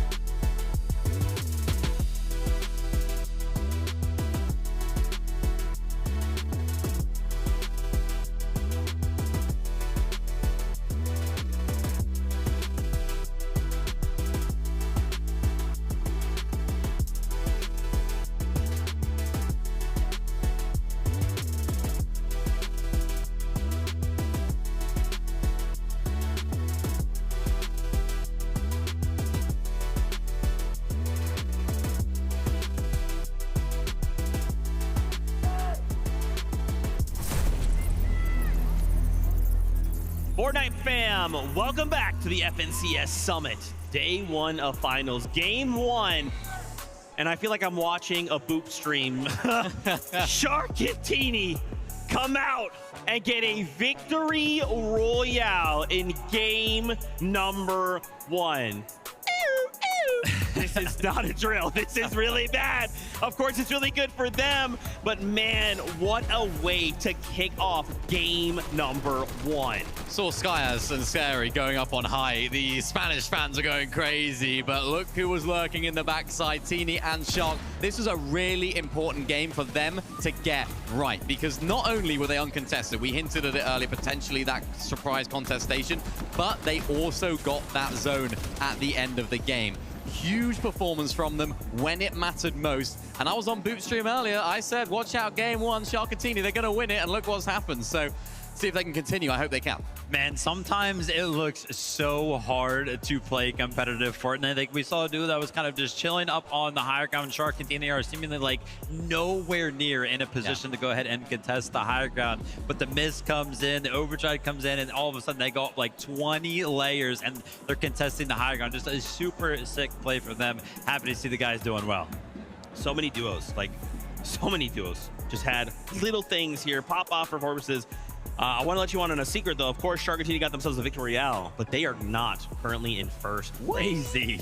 That's actually going over to Darm and Deemish.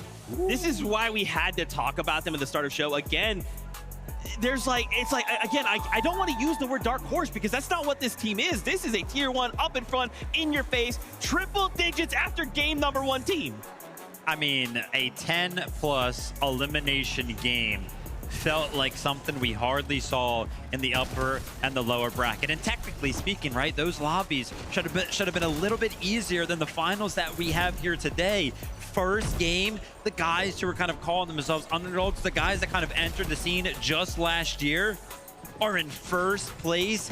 11 eliminations, controlling, running the low ground. Crazy stuff. Yeah, I just spoke about it for Shark and Teeny. They needed to make the most of this game as well, but for slightly different reasons. Yes, we know they land towards that northwest side of the map, but in a different way they needed to make the most of this game. The reason why these guys needed to make the most of this game was that Sky and Scroll were just down to an individual Scroll. These guys are so good on the low ground, and typically on low ground, it's Sky and Scroll running the show. These guys have to play a couple of layers above, but because that low ground was free for them, they could then show what they could do. So for a different reason, they really needed to make that game count, and what a way to do it. These guys are going to be fantastic on low ground, and if Sky and Scroll also, again, continue to fail to make the end game as a duo, they'll be running the show. I got to see those standings one more time, man. So many different things. That was just game number 1. Teeny Shark, remember they got that VR second place, but look right behind him, Chino, Pablo, Wingo. Chino kind of put in a situation there just to be by himself for just a moment, but you know, man, Viv, I'm looking at this, and you said a name. You mentioned a name, Miniminer. We were both going crazy, Sky and Scroll. So let's think back to the start of this game, right? Gets lurked on by Zoe, suddenly has to reboot, and then Scroll goes on the run of his life, Viv. What a roller coaster of emotions for all of the Sky and Scroll fans out there. Yeah, the reboot was absolutely clutch, right? We know Sky was kind of left to his demises as a solo, but potentially the most MVP move of the game was him going ahead and rebooting Scroll, because like you mentioned, Zeke, after he was left as a solo, it just didn't stop it. This is an incredible performance. I was kind of mentioning after the reboot came in and these guys were a duo, I was like, man, if they do well this game after how bad the early game has gone, just go ahead and wrap it up, because it feels like these guys are just going to win the competition, because this by no means should have been a good game for them. I think the way to sum up that is, you know the meme where it's like, it's so over, we're so back, it's so over, we're so back. That was like the way that game was going down off spawn. We're so, it's over. Okay, it's all right, we got the reboot. Oh no, one of them goes down, it's so over. Oh no, Scroll is solo clutching, down to 1 HP, down to 1 build. Oh no, it's so over. Oh no, he's found a refresh. It's like he just had the answers to every single problem throughout that game. And that's why this team are one of the favorites to win this competition, because although we know how fantastic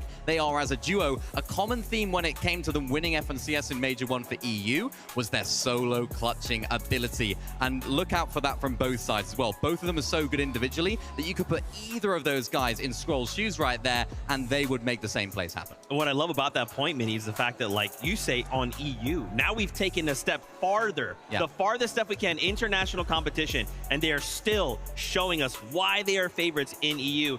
Viv, I gotta come to you really fast though. Cold and Rapid schmoving in that last game. Game number 1, strong start, of course. Still needs some work to be done, but still, I love seeing them. I love seeing how confident Cold was as well. I love the way this duo plays, right? Because a lot of the times, some of our favorites, they're high ground teams, they're low ground teams, but no, these guys know how to get into the mix and some of those mid ground layers. And it's just on the back foot of being able to find so many eliminations, right? Obviously, this is gonna be a low elimination game. I can almost guarantee you we're gonna see them kind of have one of those pop-off games where Cold picks up like 7, Rapid picks up 7, but this was a good, solid first game. Remember, they land all the way on the east side of the map. They had to kind of travel all the way over to the west side. A little bit of a tough pull for them, but still great to kind of find them in the top 10. Yeah, ultimately you saw right there, they had no builds in that final situation. Both of them had to make those solo plays. It was someone I spoke to on the Telestrator yesterday with Vico about how important those solo plays are when you don't have builds. Running around in those end games, there's so much fizz miss, there's so many of those overdrive grenades flying about. It can just be a case of, can you find a refresh in the right moment? And for them in that game, they couldn't. But if they can, we can expect to see these guys in that top 5, I'm sure. Guys, I want to continue to pick apart these standings. Let me have them again. I'd love to just continue to talk more and more, but it's crazy how much was packed up into that just game number 1. As we continue down the leaderboard, Shadow, Virgo, Epic, Whale, and Pump just above Cold and Rapid. Dude, we even saw for a moment in that last game, Pump was like, hey, hold on, maybe I should go for that high ground. Yeah, this was good from these guys, and I think it's going to play into Shark and Teeny's favor as well. The Epic, Well, and Pump actually had a good game. Remember, the whispers were sort of like, maybe they might get contested. So if Epic, Well, and Pump didn't have so good of a game, Shark and Teeny might then have been contested. So it's good news for them. Good news for Epic and Pump as well. They're a team that can pop off, that have experience on LAN, and it's nice to see it all come to fruition. I can't lie, though. The list of names that we have talked about so far that were kind of touching or holding that high ground for a moment during that game kind of scares me a little bit for any of the teams that are kind of be looking to play for that. I mean, at one point we had Pollo, who was looking to hold it as a solo. I don't know how the heck he's doing that. Vico and Malibuca, they look kind of poised to take it at one point. We talked about Epic, Well, and Pump. We saw Scary up there. We know Shark and Teeny kind of went for it. And, you know, I feel like we kind of came into this weekend after watching Sky and Stroll dominate from the low ground over on the regional FNCS. We were like, oh, I think that a lot of the focus for some of these teams is going to be on the low ground. It kind of feels like we're going back to that chaotic high ground meta that we know and love. It could just be a game 1 thing, though, right? A lot of those teams out there, we don't have like a defined height team. This is our team that we're going to see on height. A lot of those teams will probably be thinking, why can't that be us? This could be something that we do, right? So that first game, they might be trying to stake their claim upon that high ground. Of course, we saw Shark and Tina. We have seen them doing that as well over on EU, so they're no strangers to that position. It's just a showcase of how many teams are capable of going for it and holding it, so it's going to be very interesting.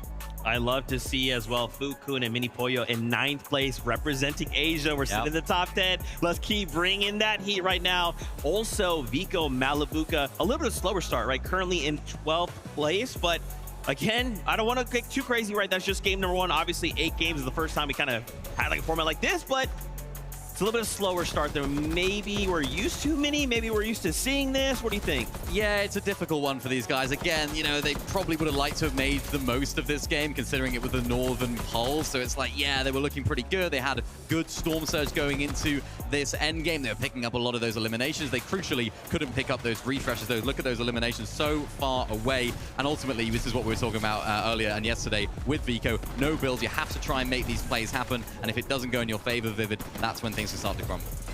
Fortnite's so hard, man, because like we turned into these guys POV-wise, what was it, like 9th zone? It looked like they were like playing like second height. It looked like they were kind of poised to once again, you know, win that game, but you tune into them just a zone later and they have run out of resources right there. Remember, top 15 is what is going to qualify you to global championships. And I cannot believe I'm saying this because we kind of brought up the point that some of these smaller regional teams struggle to break into the top 15. We talked about top 10. Looking down here at 11th place, we got Alex and Reckless also kind of joining us in the mix. So happy to see these guys there. Of course, they just about got through in that low bracket. They were that 19th team that qualified on through. And I was speaking to Alex yesterday night in the hotel, and I was saying, you just about made it through. How are you feeling about tomorrow? You've done it so much. And he was like, yeah, we got some strats cooking. We got some things under wraps. We haven't shown all of our cards yet. And he, being the face of OCE, like he likes to talk about, he needs to make these plays happen. And of course, looks like they're working out so far. Yeah, man, that's a strong start. Even in 14th place, right? We saw a little bit of Scary as well as Sayaz. They were kind of starting to compete for the high ground. Didn't quite go their way, but again, that's just game number 1. Even got a couple moments there with Akira and Karama. Dude, there's just so many names packed up into a single lobby. After game number 1, how are we feeling? Feeling good. I mean, what kind of flies under the radar for this duo specifically, a lot of the times, double controller. Kind of rare in Fortnite nowadays, right? It's kind of been difficult, or at least, you know, not so common for controller players to kind of find themselves any success in Fortnite competitive, but we always see those breakthrough performances. Karama and Akira picking up a top for that game. Obviously, they're going to be feeling kind of good about that, and I feel good about it too. Remember, they're kind of expected to land all the way to the south side of the map with that zone pulling all the way to the north side. You got to imagine that we could see them do much better than that as well if the zone pulls a little bit easier for them. Also expected to be contested, so I have to keep an eye on whether or not they're actually going to be able to play all 8 of these games out. Yeah, French favorites, these guys. I mean, a lot of the French fans, you can see them on the screen, you can hear them most certainly as well in the crowd. They are a team that a lot of French fans are having their eyes on, and it's going to be interesting to see if they can continue that. Like you mentioned, Vivid, they are looking to be contested. Not quite sure what happened in that off-spawn contest in game 1, but now they're up in the leaderboards. I'm sure we'll have a look at that. And it's good news as well for Shadow and Virgo, who I mentioned at the beginning of the show. True. If these guys, if Akira Karama don't do so well down there at the south, we have seen them landing to that South Frigid Fortress as well. So for Shadow and Virgo, opportunity on that stage as well. And I love that rounding out the top 10. Acorn and Bolts, we interviewed him at the start of the show. Confidence like crazy. To be in the top 10 after game number 1 is very impressive. Obviously, we still got 7 games to go. Don't get crazy, but there's still a lot of job or work to be done, rather, but I like seeing them in that top 10. Yeah, I would imagine Acorn right now is probably kicking himself because, again, we kind of talked about all of the teams that land up north. They should be loving a zone like that. We know Acorn land just north of Wonky Lane, so it should have been a pretty similar game to kind of like Shark and Team's performance right there for them because they didn't necessarily have to move far at all. So 10th place, again, probably kicking himself for that, but we know Acorn always got something ready. Yeah, especially in Major 1 as well. We've sort of seen historically with Acorn winning Major 1. This Major 3rd place in Major 1 over in NAC, so maybe it's sort of like a little bit of an asterisk. Yeah, we won Major 1 Summit instead. Maybe they were saving it for the Summit, so really great start from those guys. I'm not too concerned if they do get some south zones as well. They have that massive launch pad that's at their drop spot as well, so I'm sure they would have been looking back at how they could use that in the VODs, but this is a team we expect to see in plenty of these episodes. I love that. Can we just double back for a moment? This 8-game format, obviously being in a situation where the first time in possibly a while, possibly ever, we're seeing 8 games. So many players are used to like the 6 games, you know, and even with the 6 games, it's difficult, right? You drop a game, you're like, oh, that much harder to kind of climb up and reach those points. How do these 2, which just sounds so small, just 2 extra games impact the lobby? I actually think it's going to be a time thing more than an actual like quantity of game thing, because there are tournaments that are on all the time. You know, when you're kind of like in an open stage, you are allotted to actually play like 10, 11, 12 games, whatever it may be for that specific tournament. So they know how to kind of play numerous amounts of games. However, those types of tournaments are usually restricted to like 3 hours. And if you think about 6 games over the course of the LAN environment as well, it's usually kind of about 3 hours. I think just the time, right? It's going to be a long time up there on the stage. I actually saw when we were kind of walking back out here to the stage, there were a lot of players already kind of taking quick little breaks as well. So after the first game, man, these guys aren't really feeling too comfortable. They've got to get their minds right. Well, my mind is right, and it's ready for game number 2. So casters, take it away. Thank you so much, Zeke. And honestly, if game 1 was any indication of a type of tournament we are going to see, we are in for a treat. I can already picture the booth watch party getting absolutely ballistic. That guy's just going nonstop. Anywhere, international teams, because all he can think about is EU right now. You should have seen my reaction when I saw that whole top 5 was EU. I mean, things are heating up, and we have even more action on the way with game number 2.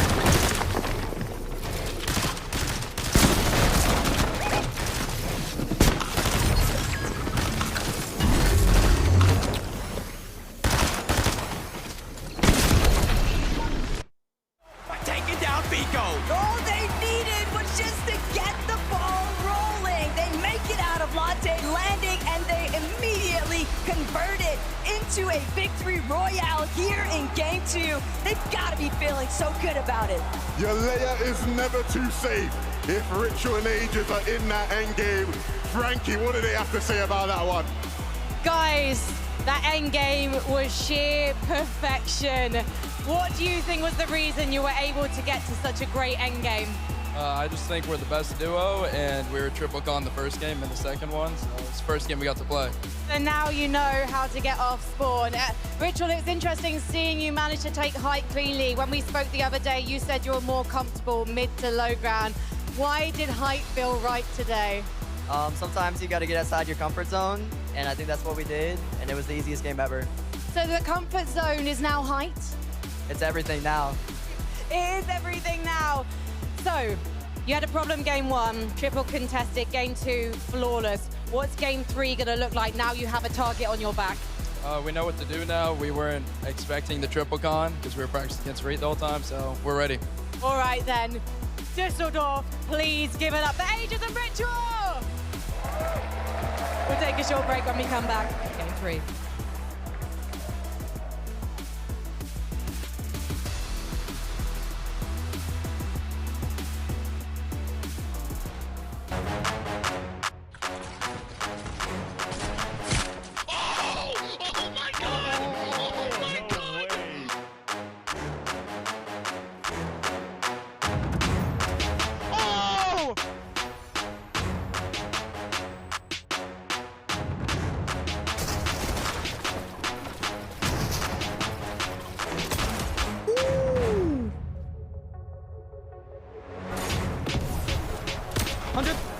I got here. I'm popping a med bit. Wait, short. Got 6 builds? No, max up. Wait, if you're med, wait. 100! 100! Oh my god! No! Oh my god! Oh my god!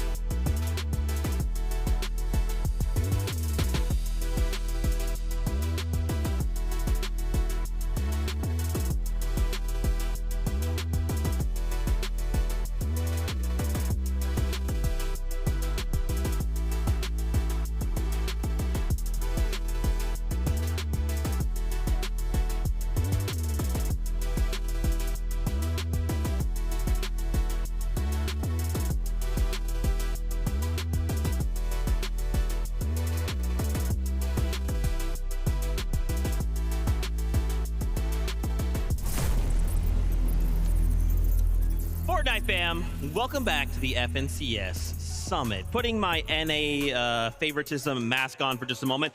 What's up? NA on top of game number 2, that's right. Ah! Okay, took it off there. Unbiased Zeke back. I come back. Crazy stuff. Wait for one back on. Aegis and yes! Aegis and Ritual get a VR. Okay, back off. Anyway, sorry about that. Sorry you had to see that. Congratulations to the duo showing up when it matters, right? Finding that momentum, finding what was crazy to the high ground of all things. And I love hearing from Richie himself, like, hey, it is now. High ground is right now. Zeke, I don't need a mask. I feel like the slightest increase in how big my smile is after an NA team wins a game should be telling enough. I mean, incredible game from the boys here. And we were kind of watching this one fizzle out. And it's like, you know, we kind of tune into them. They're on the high ground. They're chilling. Agers, man, ends the game. What was it? 8 eliminations? Ritual over there with 0 as well. Obviously, we know Ritual is good at making those IGL calls. That's what he's known for. Yeah. But Agers having a performance like this, man, incredible to see. Really, really nice to see these guys clutching up, claiming that high ground as well. The way they took height was absolutely perfect. Took it at the right time as well. Something we've sort of spoken about throughout this weekend is the time that you take height is super important. If you take it too early, like we saw with teams like Alex and Reckless, took it a little bit too early, had it taken off of them. But there's a point in these end games where if you have it at the right time, you can ride it out to the end. And especially if you're a team as good as those guys, they are capable of doing it. Triple contested off spawn as well. Like they mentioned in that interview by Nalu and Rainy was the sort of surprise con from the East. Really, really great job from those guys. Yeah, that's not what you would want to hear, right, on LAN. Yeah. Oh, we're triple contested. Apparently, Agents Ritual, they do not care. We have a listen-in from that last game. Let's check it out. Good. I got blasted. Coming over. I'm good. Where? I'm med bombing. Yeah, watch this back wall. It's weak. I'm holding it, but be awareness for me. I'm grabbing slices. I'm just holding walls. Give me some hearts. Yeah, take those. I'm 5-0-1. I'm good mats. I'm good mats. Yeah, hold. holding. You hold. Hold. Got it. Dead. 150. Holding. Hold. Can't get it. Second. I picked the box. You wanna play all height? You wanna go height now? I'm down. Yeah, throw it. Throwing this. Right. Jumping in. It's Ryan. It's Ryan second height. Yeah, it's right. Break. Zone. Med bomb. Look at it. Yeah, I'm staring. He's going up. I'm in. Dead. Come on. Baby. Come on. That's what I like to see. What's really interesting too, of course, they had the high ground, but then in that like kind of pivotal moment, they're like, let's just drop low ground. They're expecting us up there. Let's just take the fight to them, catch them off guard, blindside them, ends in a victory royale. Yeah, incredible stuff there. Love to kind of tune into the listen-ins because something that we can't really pick up when we're just watching them heads up is like, what are all the things that these teams are aware of? You kind of heard that he was calling out head mist, end zone. They could, you know, overdrive up with that. So they were fully aware of that. With that game right there, after a rough game, number 1, Agers and Rituals find themselves flying up the leaderboard, 30 spots to join the top 5. You know, we needed an NA team up there, but yeah, they're going to be 4th place after that one, 105 points. Yeah, really, really great performances, guys. I'm looking at first place right now. The new first place on the leaderboard. Teeny and Sharp. We got to bring it back to EU, all right? That's what I'm here. That's right. These guys started the game really interestingly. They actually lurked on Dharma Dimash, our ex-first place team, and took them out of spawn. Really bold play at the beginning of this tournament. They've only just had 1 game prior to that. So it's like we are playing for the win already. We are trying to take this by force, and that is what they then continue to do for the rest of this end game. Exciting stuff, Vivid. You know, we're only 2 games in, but it starts to feel scary when Mini Miner kind of makes the point, hey, listen, you know, Shark and Teeny game number 1. You guys got to make the most out of that. They did. It comes over to Wonky Land. They have a great game. This was nowhere near Wonky Land, man, right? They had to rotate across the map, but they still did very, very well. And that's when it starts to get scary for me, when I start to take a look at how good some of these teams just are at playing Fortnite. And not to mention this change in strategy as well, like you mentioned early in the game. So they look prepared. I wasn't prepared to see this many teams up in that leaderboard as dominant as EU. We got our one up there, right? But so many high-profile duos as well. Vico and Malibuca themselves. We saw Agents Ritual climb to 30, but Vico and Malibuca climbing 11 spots. Remember, we kind of talked about their first game, maybe a little bit slower. They said second game, let's kick it into high gear. Yeah, there's a few really nice things they did in this end game. They were shaping up to take height at one point in that game. They were looking for it later on in this end game, and they were thinking, right, do we go for it? Do we not? And there was a moment where they decided, okay, let's not. Let's play out our materials. Malibuca, Vico picking up a lot of those refreshes, and it was around this sort of moment where they thought, yeah, let's just play out the mid ground, play out the low ground layers as well, and it was right here. Vico decided, yeah, let's just try and play out as much as I possibly can, going back into the storm. And then, of course, when Aegis and Ritual came down, they took out Scroll. So he managed to clutch up that second place. And something that I just noticed about Vico, right? A lot of players, when they're walking off for that break, we actually walk by them when we get to the desk. They're very chill, very, very calm. Vico's a lot of fans, of course, chanting his name. He was fired up. He was feeling good, and I hope he carries that into the next game. All right. Well, you know what? I'm actually getting word the next game is ready. So, casters, let's kick it back over to you. Already 2 games down, 6 more to go. This is looking a little bit more like a marathon instead of a straight foot race. You would think so, but with the way that Shark and Teeny are playing, they're looking to eliminate anybody that's coming close. Darm, Deemish, targeted intentionally. They were in that first place position, but an early departure now means Shark and Teeny might look to take over here in Game 3.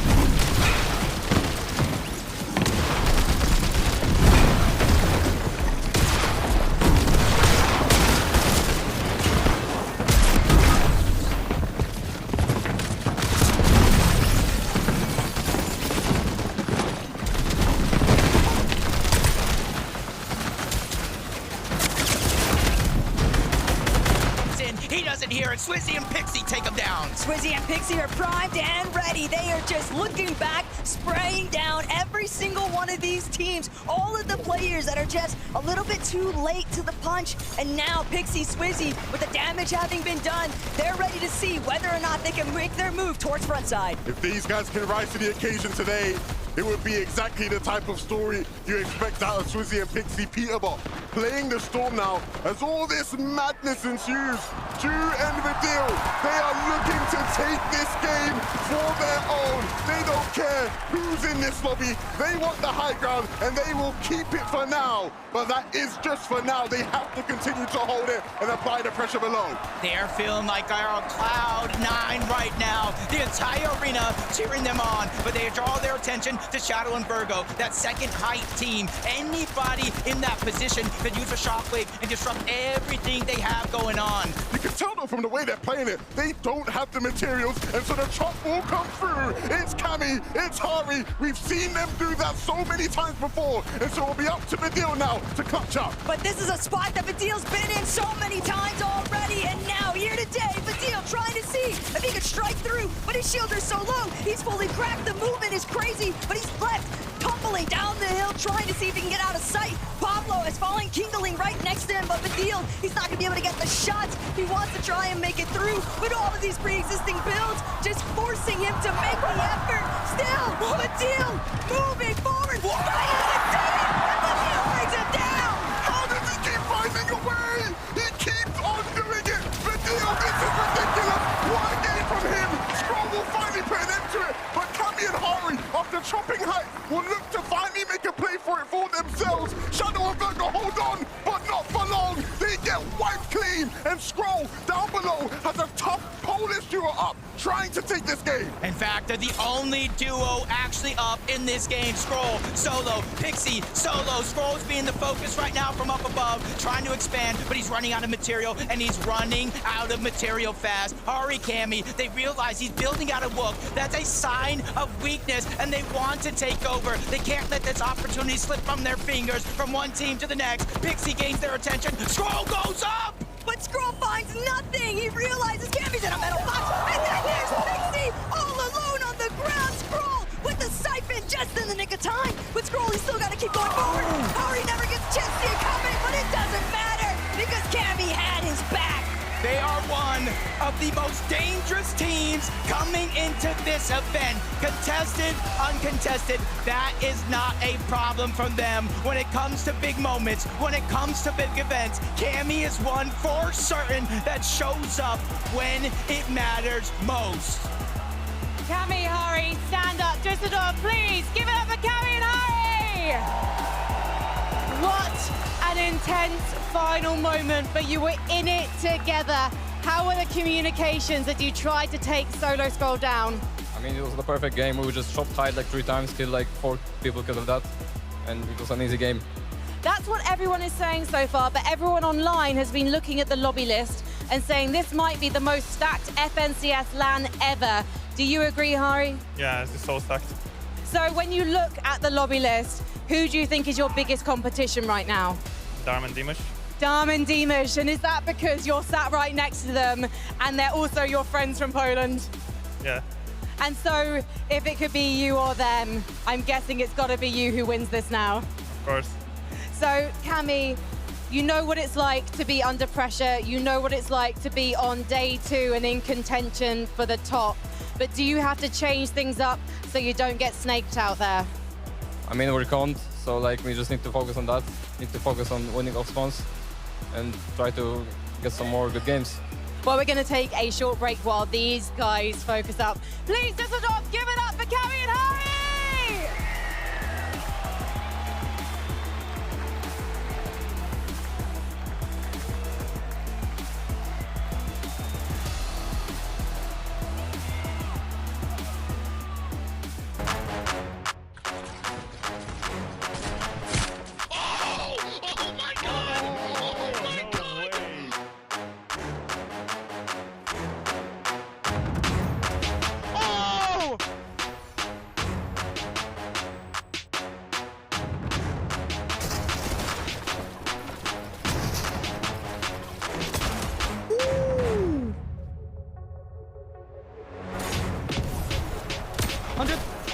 got him. I'm popping in that bit. Wait, short. Got 6 builds? No, maxed up. Wait, if you're mid, wait. 100! 100! Oh my god! Oh my god! Oh my god!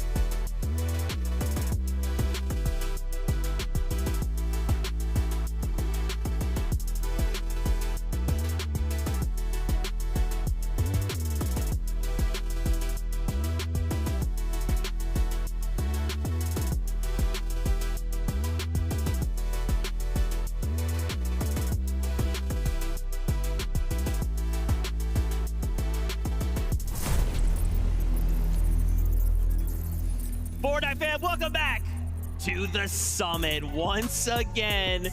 We get another victory royale out of game 3, and if I could put my EU bias mask on for one, say, yeah, my boy, EU.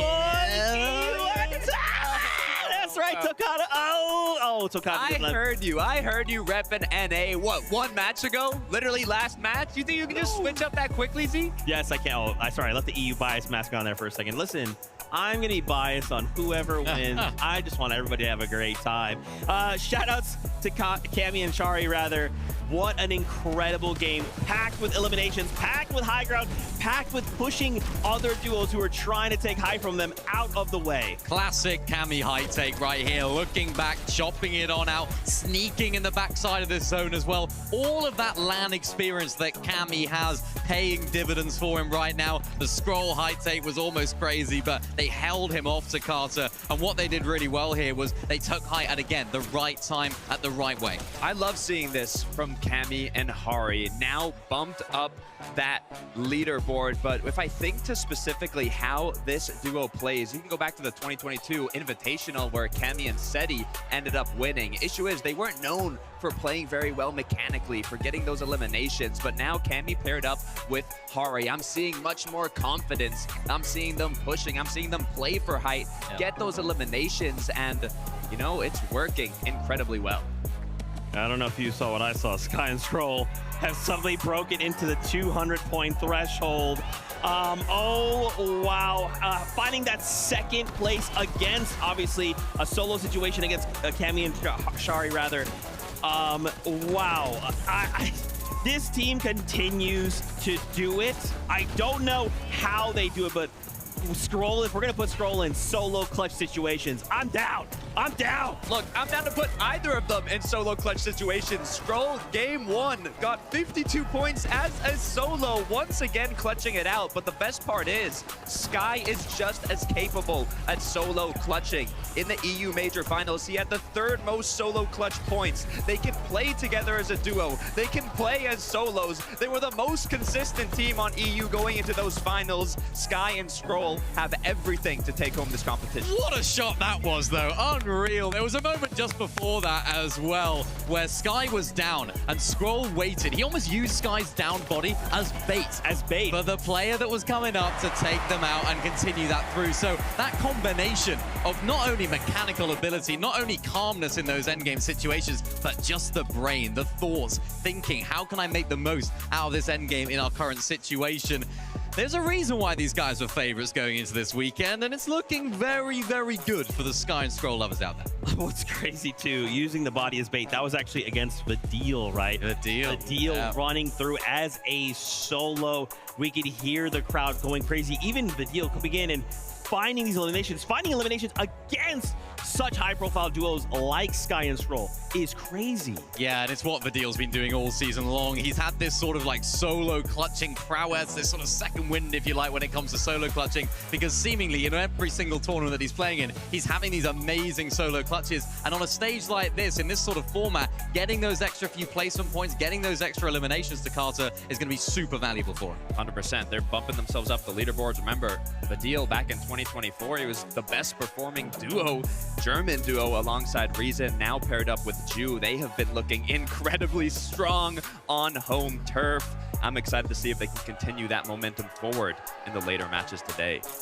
Teeny Sharks, 2nd place, but Chino and Pablo Wingo up 4 places. Mini Minor, this 2nd place. I mean, honestly, Sky and Scroll aren't that far away, but they are trying to make a statement, right? They're like, hey, you're doing good. We're going to stay very close by, though. Yeah, it's where Chino Pablo operate. This is exactly where you want to have them. These endgame situations, hip to hip. If you looked at the drop map going into today, you'd almost write them off. That sort of triple contestation and standing strip. But when they make this endgame situation, when they're in these low to mid ground layers, they are just almost so in sync together. They're playing off each other so well. And this is something that we spoke about to them in an interview. They were sort of saying, yeah, if we make these endgames, Takata, we're going to have a lot of fun. And that is exactly what they're doing. What I find interesting about Pablo and Chino is if you looked at their expectations from 2024, which was duos going into 2025, they were low. They weren't making the major finals. They didn't make global championships. But then they were one of the best trios in 2025. So going into this year, their expectations have been significantly high, and they have not disappointed, performing at the top at the EU Major Finals, and now once again topping the charts on an international stage here at the Major Summit. They are meeting those expectations currently, but we still got more games to play out. I'd love to go back to the standings really quickly, right? I want to see that 2nd page. So keep in mind, we know right now 98 points is where Acorn and Bolts sit, but just below, look at this. Cammy, Shari up 32 places, a single game difference. And look, just right behind Focus, Thomas HD, Akira Karama, so many names. Guys, this competition is still very much alive. Obviously, we've had a few games, but it'll just take a single game to change everything. Oh, absolutely. And when Shari and Cammy actually switched up their drop spot towards more of the northeast side of where they're originally landing, I had a few questions. I was like, is this actually going to be the right move? Is this going to be the play that they want to make, particularly with all that contestation going on around them? And the first 2 games, yeah, it wasn't great, really. They weren't able to show us what we know they can do, particularly Cammy, known as the LAN GOAT. This is the area in which he is known to operate very well. And for those guys, moving up in the standings after that 1 game is absolutely crucial. But in an 8-game format, to Casper, it becomes very difficult because you have to continue then to do that throughout the day. Yeah, Cammy on EU has been a player that's kind of been known to stay ahead and adapt incredibly quickly when there's a new season, when there's new strats, new metas. Cammy is going to be on top of that. I was also looking, Thomas HD and Focus close by. They were actually surprise contested in the last match. Now, they ended up having the upper hand. They came out on top there, but there have been a lot of last-minute switch-ups, so I'm definitely starting to feel that pressure. Absolutely, man, and I'd love to tip my hat to Shadow and Virgo. I'm sure Vivid, wherever you are, is probably making some noise. Currently our best-performing NA team. They kind of showed up for a bit of that last game, and then Cammy and Shari said, get out. But still, I love seeing this duel, right? They had that crazy call yesterday. Hey, yeah, we'll go ahead and win this next game, and then went on to do so. So I'm excited to see what else they can bring, right? Like, just look down to the second to fourth. The points are still pretty dang close. I feel like once we get into that 8th game, man, it's going to be really, really close. Yeah, I mean, looking at that, Shadow Virgo, you mentioned it right there, Zeke, 4th place for these guys. It's so tight in and around that area, so it's going to be absolutely vital for them to actually continue to develop and have performances like they have been having. We saw it right here. I think it was Virgo that was up on top of High, actually got chopped on down and then took a lot of that fall damage. So this is where their game started to crumble. But it's something that I spoke about yesterday in the lower bracket. If you can just take High, ride it out for a good amount of time, you're still going to get some really nice placement points. And in an 8-game format, it's going to be absolutely vital to keep those games coming in, because if you can stay consistent, it's going to do you well to good. If anyone's going to take height, it's going to be Virgo and his Shadow. I mean, if we look back at the player lounge, Virgo was winning every single realistic creative match. I mean, mechanically, he has what it takes. But then you look at the predictions, you look at all the co-streamers, you ask online, and they're putting, you know, NA's somewhat last hope per se, Acorn Rituals, you got Cold Rapid. They don't have Shadow and Virgo up there at the top, so I love to see them currently in 4th place, showing what they're truly capable of. Dude, and I gotta say, Swizzy, I see you, all right, global champion. I see you sneaking your way just outside that top 5. Pixie right there as well. We are really starting to heat up, right? So many duos are starting to come online. I think they're all thinking the same thing. That trophy, we have to fight for this title. And also, Minnie, we can't forget as well, top 15 auto quals to global championships later on, but this is a global champion, right? He's trying to prove, hey, I won that for a reason. Yeah, and this is a team that have sort of played with their backs against the walls for a lot of this year and a lot of this season. And, you know, it's kind of surprising coming out of that global championship where Swizzy ended up winning and Pixie, of course, came second. So I think this kind of like one-day format actually hinders them a little bit, because this is a team that are really good at looking back at what they did wrong and then going ahead and improving based on what everyone else is doing. They'll have that halftime break to go ahead and do that, so expect big things from them in the second half as well, but a really solid start from them there in 6th. Yeah, I don't think anything can stop Swizzy. I mean, tragic end to 2024, came right back in 25, becoming a global champion. Got here a day before his tournament, no sleep, but was unable to make it through. And then in the first match at that lower bracket, all it took was 1 game. They took home the win, qualified themselves to today. And, you know, now hopefully Pixie, Swizzy, they're feeling more well-rested. They're more locked in, ready to go. And I mean, seeing them bumping themselves up this leaderboard, I'm excited to see if that continues. I think it's really funny too, because like if you think about it, game number 1, or day number 1 rather, you got to play 6 games and be the top 25. So he's like, okay, do I play 6 games and then top 25, or do I just drop down in the lower bracket, win game 1, and then go back to sleep? Great story. I don't obviously know if that's true, but in my head canon, that's absolutely what happened. Vidil as well in that last game, ultimately shut down by Sky and Scroll, right? Kind of being used as bait there, but by himself, I mean, dude, he looks so good right now, Mini Minor. Obviously, eventually kind of had to play this out as a solo, but he looks good. Early height take, the crowd went crazy. Everyone was hyped. They saw them on height. They saw the stars aligning for Dew and Vidil. And this was the moment where it all came crumbling down. But remember, Vidil here going up against arguably the best team in the world, especially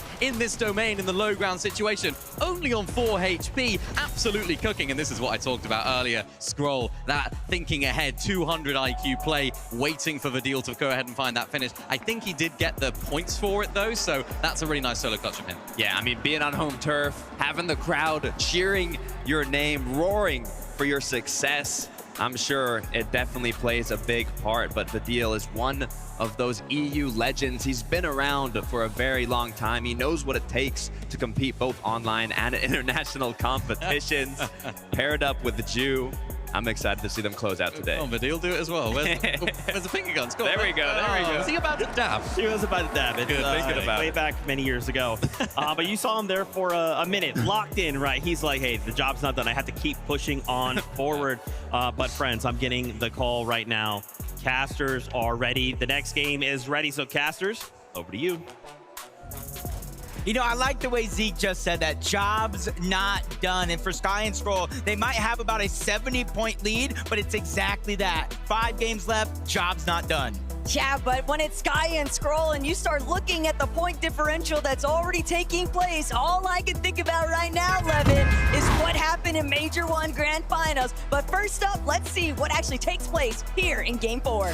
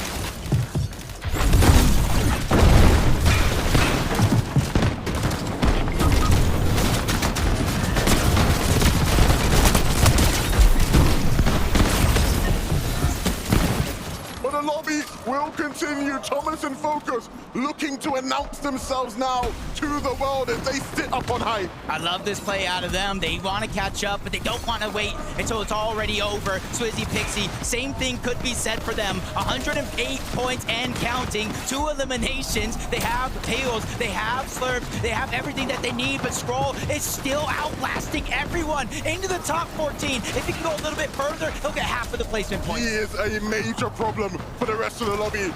And how can he be stopped? Shark doing his best impression now to try and catch up. Every single one of these solos making desperation plays. Focus will fall off of height, and that leaves Thomas now alone to deal with the damage. With just 1 build remaining, he has a mountain to climb here, Taco. And the new generation, they're trying to take over. Scroll still going. Underneath, a little bit out of sight, out of mind, but it's only a brief moment. Akira, Kurama, they're the ones that take over frontside low. Scroll, he has to connect. He needs to bring down this next player, but it's Resigned, picked off by Pixie instead. And Scroll knows his moments are limited. He's trying to see if he can capitalize. Instead, Akira and Kurama finding the elims. We're into the top 9, half of the placement points, top 8. Another one's gonna go down. Bolts gets that elimination. Kurama and Akira, they're trying to dominate that layer, but Scroll is still scrambling around. He is the X factor. Big shot on a Tyler, but unfortunately he goes down. It's the fact of the matter though, the damage has been done. If it's not me, it won't be you either. So Akira, Kurama, will you find your moment, or will Bolts and Acorn take it all away? Acorn up above, looking down, applying the pressure, giving Bolts the space to get involved if need be. They need to hold on. As the rest of the lobby scurries around below, they will take Darkos down. Minori left, fending for scraps, holding on for dear life. It looks like Acorn and Bolts want the dub here. He is striking them down one by one. Acorn and Bolts are in the driver's seat. Minori down below, just a sliver of HP, and it's not gonna last long. Acorn and Bolts and Ace Hope are on top. And all it took was just that singular moment of these two holding down height. Everyone else just in absolute shambles underneath. 2 separate lines of fire, nowhere left to run. So of course the victory royale is all theirs. Guys, you just got a victory royale in game 4, but it feels like you're just chilling. It feels like you just played a practice game, Bolt, from that reaction. Nah, it wasn't like a practice game, but you know, we took height in the end and we were beaming a lot of people with our AR, so it felt like a really smooth game. Acorn, as IGL, what's going through your mind when you're looking up? You're seeing the chaos unfold. What are you saying to Bolts in that moment? How do you get the timing right? It was actually him that made the height call. I was just waiting for him to look at it. You know, we were trying to chop it, and then he made the decision, trusted him, and we won the game. Is that a situation that happens a lot? Bolts, you say, you know what, I've got the instinct here, let me fly. I would say it's 50-50. Sometimes it's me, sometimes it's Acorn, but in the end, we got the win. Now, the two of you now on form, on fire, but this is a stacked lobby. Do you think consistency is something you can achieve? Of course, always got to be consistent. You know, it's a mental game. We're doing bad. We won the game. Now we're back in it to win it. The mentality is clearly strong and getting stronger with these two. We're going to take a short break. When we come back, we'll be talking about all the action so far. Congratulations, Acorn and Bolts!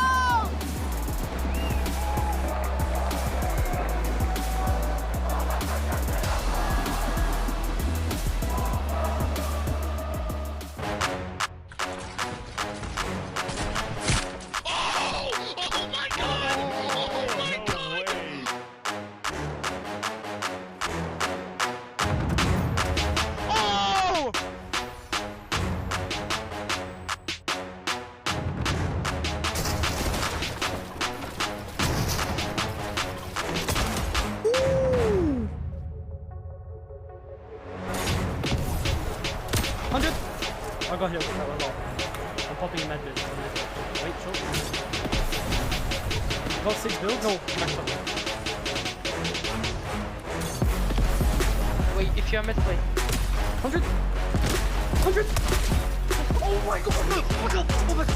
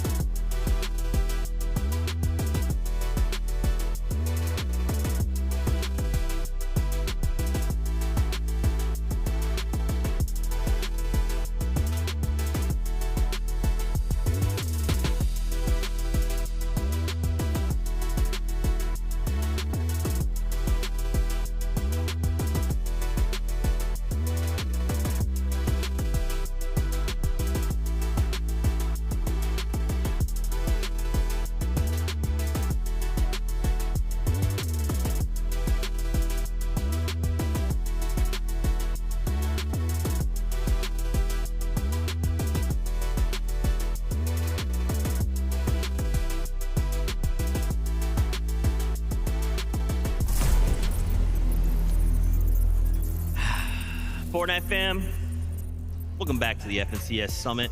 I'm gonna put my NA bias mask back on. NA back on top, baby! That's right, you thought I left NA. Of course not. Me and Vivi were in the back. We were high-fiving, we were jumping for joy. I never left. I would never leave you, NA. Sorry about that. I don't know how that got back on my face there. Unbiased Zeke back. Crazy stuff out of Acorn and Bolts. I'm not going to let you get past that. I've never seen someone switch up so fast so many times. What, EU, NA, EU, NA? I mean, to be fair, it is going back and forth in terms of who's winning these matches, but let's take a look at some of these highlights of Acorn and Bolts.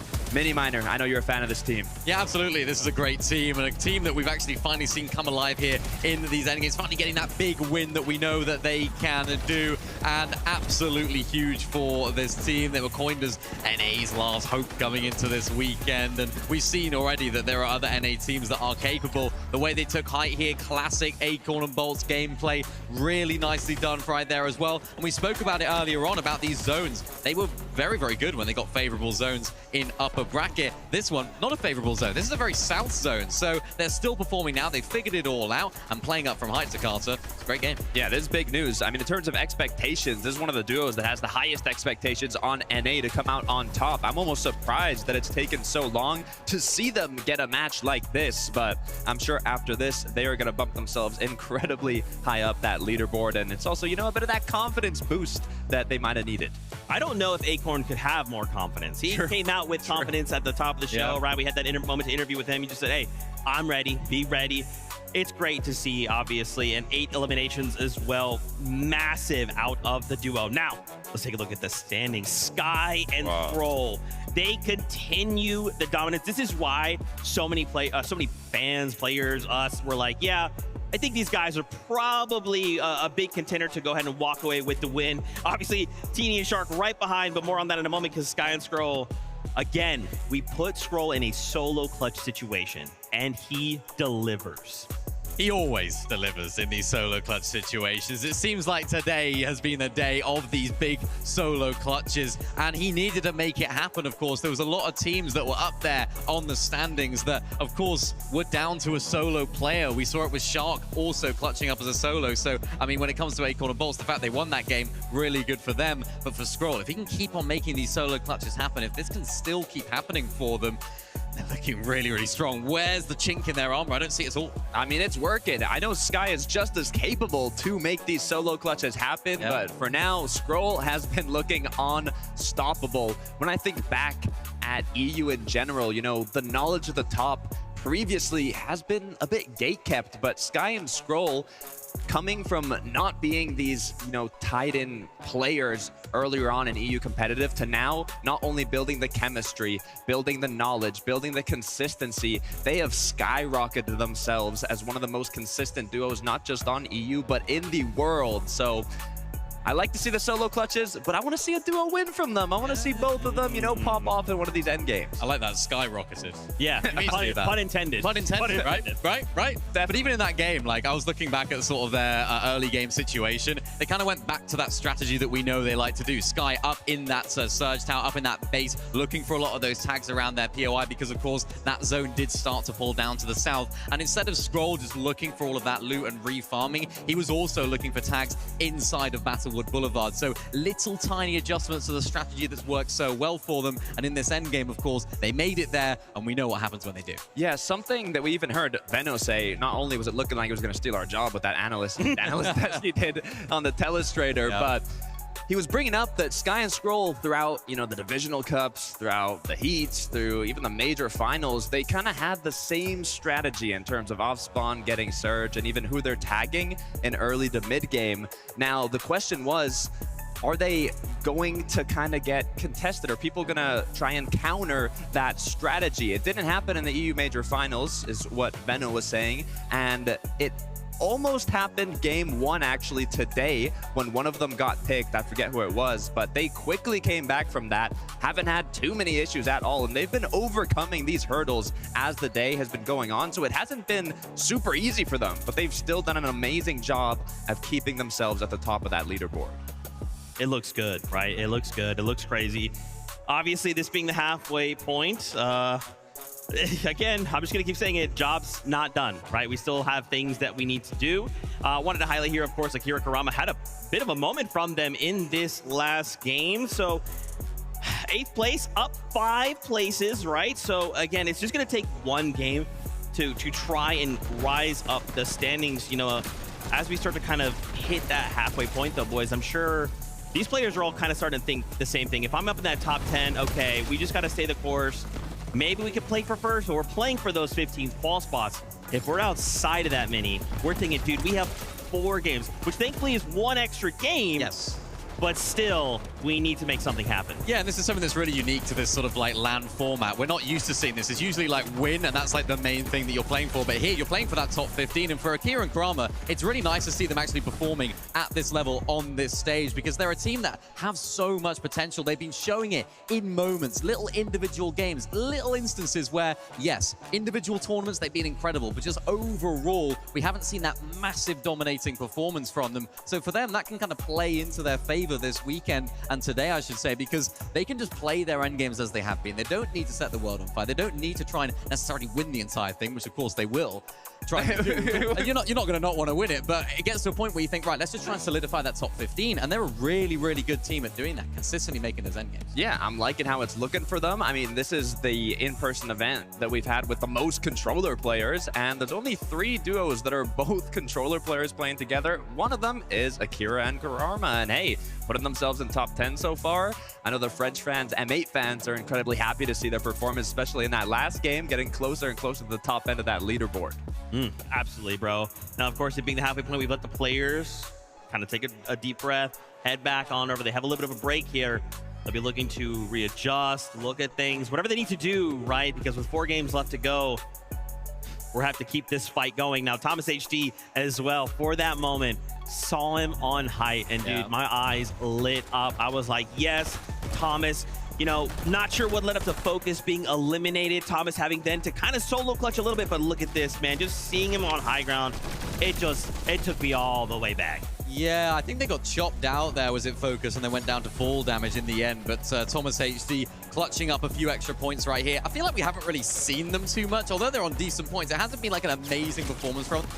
Very similar to what we saw when it came down to Major 1 in EU. They were sort of in and around those end games, performing well, but they never had that massive game performance that we expect and that we can come to expect from Thomas and Focus, because, I mean, the names, both of them, have been performing so well. When's it going to happen, Thomas? When's it going to I know you have what it takes. I mean, 2024 Global Championship, Thomas HD got 2nd place, adding, you know, to the 4 second places he has in FNCS Major Finals, the 4 third places he has, 11 top 5s. I mean, Thomas has been around. He's one of 2 players playing today that qualified both to the 2019 World Cup and also this Summit Major LAN, duoed up with Focus, who is kind of that new up-and-coming EU talent. Actually, you know, Tarping even gets the shotgun at their POI. I'm liking what I'm seeing from this duo. They started off a little rough earlier on this season, but they've been looking incredibly strong recently. So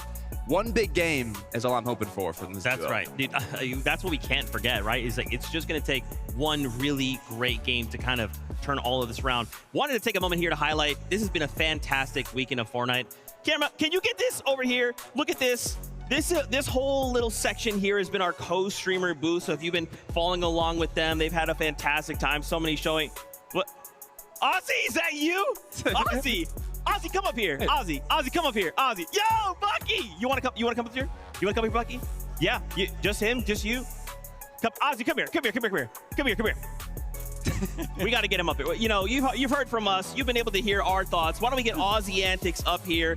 Fan favorite. He's so cool, so handsome, so tall. Come on. Don't be shy, Aussie. Don't be shy. Everyone's here to see just you. No one's here to see anybody else, just you. For those of you who don't know, this is Aussie Antics. I don't know why you wouldn't know, but maybe you don't know, and that's okay. This is Aussie Antics. Ozzy, what have you made of the first half of the competition so far? It's been good. I mean, I was talking to my chat about this. I think this is the most stacked lobby in the history of Fortnite, and I think we're seeing that. Like, anyone can take it. I was trying to do predictions last night. There's about 10 teams, I think, that could win this, and no one should be surprised. We've never seen that before. Yeah, I mean, we saw you doing some predictions on stream earlier on. I want to know how are those sort of shaping up now, halfway through the tournament. Well, they're looking okay. I had Sky and Scroll up there. Yeah. That was good. I had Shark and Teeny up there. I had them both getting top 3, so I'm feeling good. Nice. My Pete Poyo prediction, basically, everyone had faith in for NA. I had Cold and Rapid winning it. Yeah. I had Pete and Poyo getting top 5. So I basically shouldn't have had any faith in NA, apparently. You think what would you think is the biggest surprise that you've seen today in the finals? biggest surprise I've seen so far in the finals today. I mean, Curve and Veno getting contested. I did not see that coming. That was crazy. And I mean, they're handling it pretty well. Outside of that, I think Shadow and Virgo were looking incredible. Again, they're kind of always a dark horse and everyone talks about them until they also got contested. Yeah, that's tough, right? Going back to Curve and Veno, right? How do you think, how would you imagine you have a plan, you come in and then 15 minutes before you're like, hey, guess what? I honestly thought it was like the usual bait and switch we see. Like, you guys know, you've competed in the past. You hit the little, oh, I need 2 for off spawn. Oh, I'm surprised contest. And if people don't do it, I thought Veno was doing that. I was so sure. And I was like, he's just saying that because he's on the microphone. He's in the player room. No one will contest him. And that's always contest. I mean, it's hard, and you got to feel for Curve as well. This is his first ever LAN. He just won FNCS, doing incredible, but I think they can bring it back. We know Veno's a day 2 player. Doesn't have a day 2, but he did just have the break. He got the second half. He can prepare now. That's my hope. I mean, it's been really impressive, right? A lot of these sort of newer comer players too. Lance, Curve, of course, Shark. We saw having a great performance so far today. Solo clutching as well. You would have watched a lot of these up-and-coming Fortnite players, up-and-coming talents. How proud are you of these sort of players that are just new to the stage here? I mean, Sky and Scroll has been like the duo that I've been like. They're like my duo. I've been gassing them up for so long now. I actually predicted them slightly lower because I was worried about Veno. Outside of that, we all watched EU Grants. Like, they looked incredible. But honestly, I'm super proud. And even Shark as well. I think the thing I'm most proud of Shark is I've seen him in the player room, got to hang out with him. Lovely kid. He's so humble as well. Like, he's had so much expectation coming into this, and he hasn't got an ego about it. He's just stayed humble, respectful. Even I was trying to be like, you know, you versus Clicks, like, how you feeling about that? He didn't qual, didn't want to smack talk. He was just like, I've got a job to do. Yeah. That's good. I like that. I like that. Yeah, it's nice. Last question for you, obviously, before we start to let you go. What has your chat been saying? I've been saying, what are you hearing? What you hearing? I mean, they're having a good time. They're enjoying it a lot. I had a little like teaser announcement. I don't know if I'm allowed to like tease the announcement I teased on stream. They're still trying to guess what that is. We got a little like something coming up. They've been loving it. Honestly, they love the show. My chat, I think, also very just locked in on competitive. This is, again, the best lobby we've seen in such a long time. It's sad we don't have faces like Clicks and Savage here, but you get to see the best go at it in a one-day format. They're as hyped as I am. Let's be real. Bro, well, thank you so much. Before we let you go, obviously, you've got your stream going on right now. You've got Bucky. You had Savage. You're up there as well. Fortnite fan, if you want another perspective, this is where to go. Anything you'd love to say to the fans out there? Anything you want to say?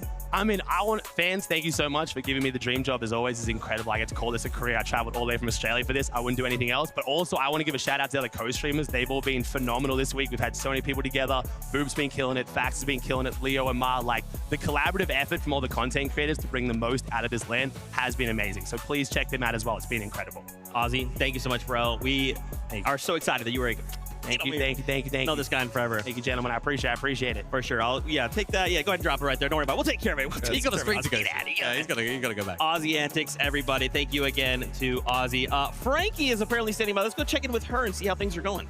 Thank you so much. I had to ask Sky and Scroll what it's been like for them so far. They're currently #1 on the leaderboard. But Sky, game 1 started with you having to reboot Scroll. Talk me through what happened. I mean, Scroll got camped on in a bush. It was a bad mistake. We should have been prepared, and yeah, it won't happen again. Went on to reboot, and then I died to storm sickness, but Scroll clutched up the game. And this is the thing, you guys have pivoted so well, because after that first game, we haven't seen that happen again. But what we have seen, Scroll, is you continuing to clutch, notably a 2nd place finish. You were on your own for multiple zones. How are you able to focus and have such awareness of everything around you when you're on your own? I mean, every time I'm in the end game, I'm just full locked in, and I just enjoy playing on stage. You enjoy just having to go full throttle and save yourself for your teammates, Sky. When you are on your own, though, are the two of you still communicating? How does that work? Can you say again? When you're on your own, is Sky giving you any input? Yeah, he's giving me all the input I need. Yeah. And so for you now, we've got this halftime reset. How do you reset? We have some resets that always Poppy introduced us to, and we're gonna look through the games and kind of try and expect what the other people around us are going to do for the last 4, and yeah, just prepare. And I did notice you on stage between games. You had your eyes closed, you were having that zen moment, and I think I should let you have another one of those now, so let's head back to the desk. Thank you so much, Frankie. Love to see Sky and Scroll there. You know, it's tough. The competition is tough. It's not like Sky was just like, hey, Scroll, take over. Go ahead and go wild. It's like, hey, man, something's happening. Other duels are making moves, and Scroll is put in this situation. But when you can have a teammate like Scroll, who It's like, hey, everything's fine. I believe in you. Just go. And he does is sick. Yeah, this is a duo that have played together for so long. You have to have that trust in your teammate, and that's something that they built up so often. When the teammate is solo clutching like that, it makes it so much easier when you just know you can trust him. If there's a teammate up here that, I mean, okay, let's just enjoy this. 136 points as a solo to cast. So we could actually add Pixie, add VOD, and that would still be less points than how much Scroll has solo clutched today. I mean, we knew both Sky and Scroll were capable of this, but doing it on an international stage, Ozzy said it himself, the most stacked lobby we've probably ever seen in Fortnite competitive. I mean, words can't even describe how impressive that is. Yeah, and I really liked it in that interview right there. Actually, Sky's first answer to Frankie's question. In the, of course, their first game, he went down, he had that bush, they got lurked on, they got keyed.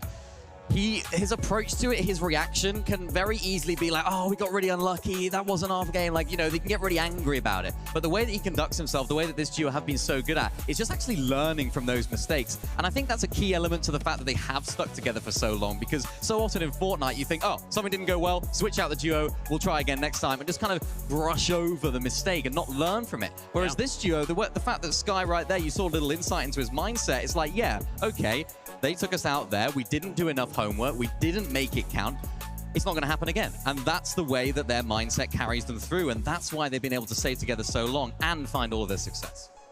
Beautifully done. Let's take a look at those standings. I got to look at them, man.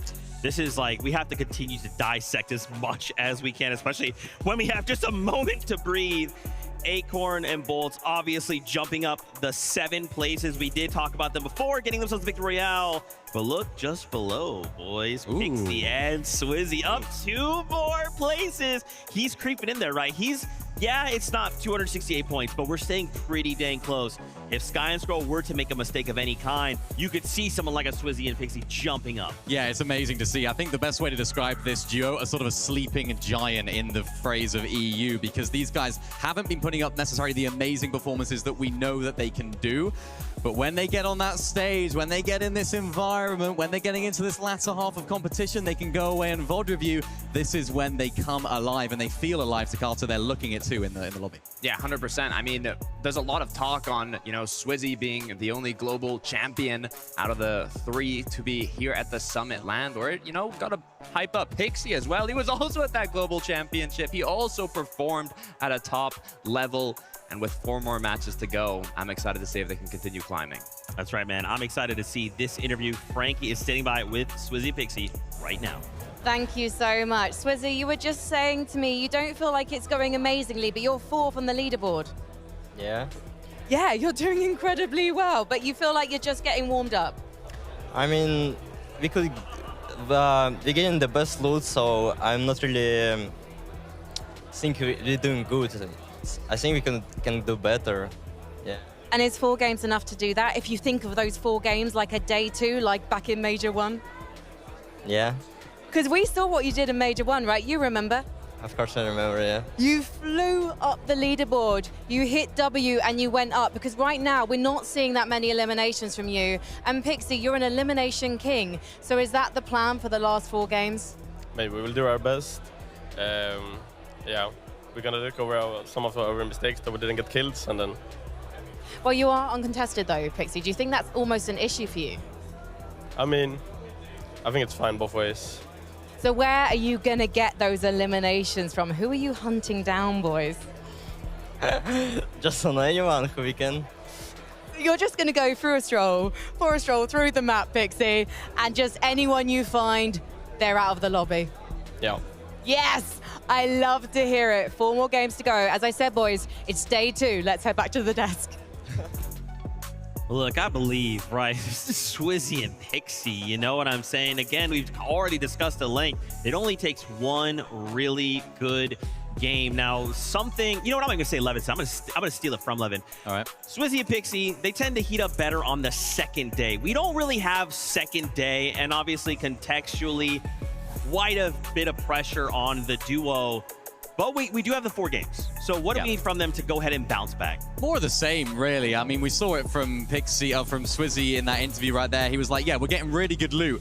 We're in a good position on the leaderboard. He was like, yep, we're in 4th. But they're still got so much to give. There's still so much left in the tank, it feels like, with this duo. And that's been the way that the narrative has been for them throughout this entire season. They're so good. They have so much skill. They have so much on paper capabilities.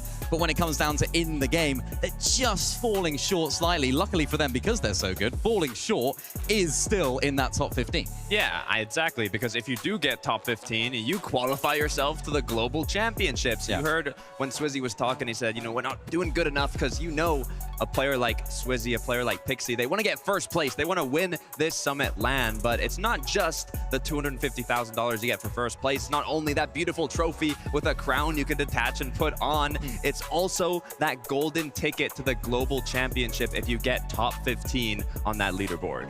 Yeah, I almost wonder how many duos, you know, because again, I think another layer we maybe don't talk about a lot is the experience, right? Being able to show up in this environment and get a taste of globals, right? The pressure at globals is going to be double, triple as intense, right? So kind of being able to come in and just say, like, we may not even need to strike for first. Let's just make sure we secure a spot and continue to earn the experience. When we show up there, it won't be as hot under these lights. Yeah, it's like getting that experience, getting those reps in earlier on in the season, earlier on in the year. It's like this is something that they're not necessarily used to. And for Swizzy and Pixie in particular, they sort of go against the grain, if you like, with how EU went this entire major. It was sort of like a lot of the newcomer players coming on through, whereas these guys are sort of just veteran players that have been at that top level, combining up and performing well here on LAN. So if they can qualify through into that top 15, expecting big things from the globals as well. That's what I love so much about this Major 1 Summit LAN. I mean, we're at the start of the year. We're just getting started. We finished Major 1. We still have a whole year of Fortnite competitive ahead of us. Global championships at the end of the year. Even a solo competition hidden in there. So it is going to be a lot of fun. I don't know nothing about that. Don't ask me. But what I do know is we asked the players about GC and what they have to look forward to. Check this out. Everyone wants to qualify for the Global. It's the Fortnite event of the years, like every time. It's very important to get top 15 because you secure your LAN spot for the end of the year. Be perfect. Already having the spot secured takes a little bit of pressure off from Major 2 and Major 3. Performing well is gonna change everything. You'll have an easier way of being uncontested, so it's like a snowball effect throughout the whole year. I like the 8 game format. It gives people less of a chance to review in between the tournament.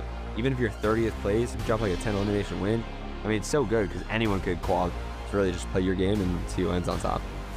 The biggest goal is still top 15, I'm not gonna lie. At the end of the day, that's what we're playing for, all of us. Just you do it or you don't. I know we'll easily qualify for the GC. I think it's not gonna be that hard for us. Try and stroke to be one of those first teams for multiple wins here for Hari and Cammy. They have 4 eliminations. I think some teams might hide strats in upper bracket or lower bracket to save them for the finals. In 6 games, you don't have that time to adapt, but for 8, so many things can change. I'm underestimated as a Middle East pro, so this LAN for me is very important. Hope I can show everyone NATO. The global spot is so important. It could change the whole year. The atmosphere here, there's so much hype. It's all I've dreamed of, to win Grands, win Globals. I'm 100% sure we're qualifying for the global championship. It's like once in a lifetime thing. We're the best duo by far. I'm confident we'll go to finals. I'm very good under the pressure. I just want to perform well and hope this is the one.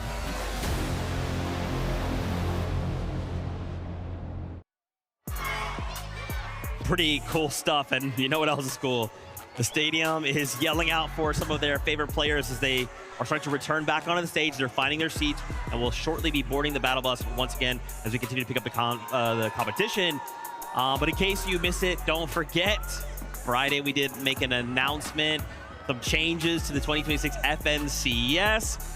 In case you missed it, I just want to bring this up. We have a beautiful graphic for you guys. Don't forget, we are going to Antwerp, Belgium. That's right, September 26th and 27th. Pre-registration for those tickets is available.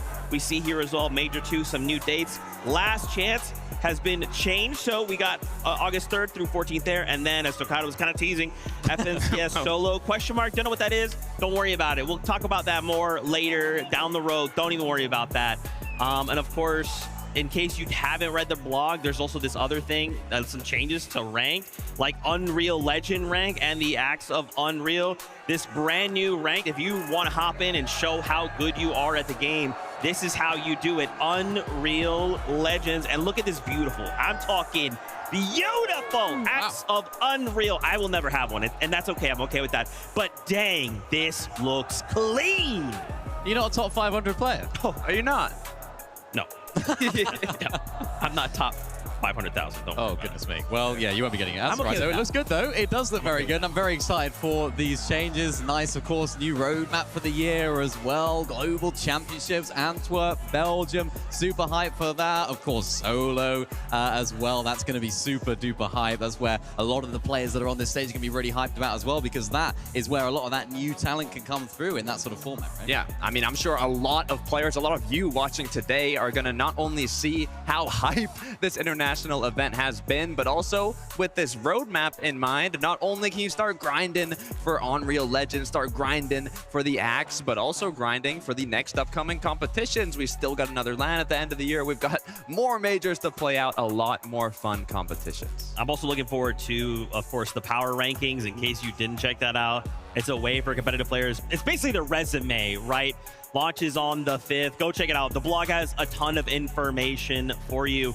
Okay, now we're getting ready. We got to lock back into this competition. All right, let's bring up these standings. Let's start talking about teams who are on the bubble. So remember, we want to hit top 15 if we want to qualify through to GC. Right now, Blixie holding down that 15th spot with Chap, but it's only 108 points. Certainly by the end of the next 4 games, that's not enough. We need to continue pushing. We need to try and get as many points as we can. But even someone like Cold and Rapid dropping down the 6 places, right? While someone like Golden and Ozone jump up the 7 places. Like, guys, this is super volatile right now. Yeah, well, the benefit of it being an 8-game format is that we're at the halfway point here. We still have 4 more games to go. So that leaderboard is going to shift massively as well. There was a little fist bump to my left here about this leaderboard. Takata, what were you actually fist bumping about? You know, I saw a Spanish duo maybe up there in the top 15. No bias here. Okay, no bias. But they did win a game yesterday, so who knows what will happen. Speaking about winning games, all the wins today have been EU and NA Central teams. We've had in a LAN competition before a Brazil team win, but there hasn't been a win from Middle East, from Asia. There has not been a lot, even from OCE. So I'm hoping that one of these next games, we got 4 more games, one of you duos have got to lock in and make it happen. Yeah, and I think a team that could do that, it's Alex and Reckless. They are just walking by me right now, so whether they'll notice what I'm saying, I'm not just saying it because they're there, but he didn't actually notice, so he can't even get it. But no, I genuinely think they're playing incredibly well today, you know, showing up on the big stage. They have what it takes to win games. We've seen them on hype. We've seen them in these end games. They're making big plays to go for it. And I'm right with you, Takata. I really want to see one of these smaller region teams picking up a victory around, because what a moment that would be for not only everyone in this arena, but everyone back home as well. They'll all be cheering them on.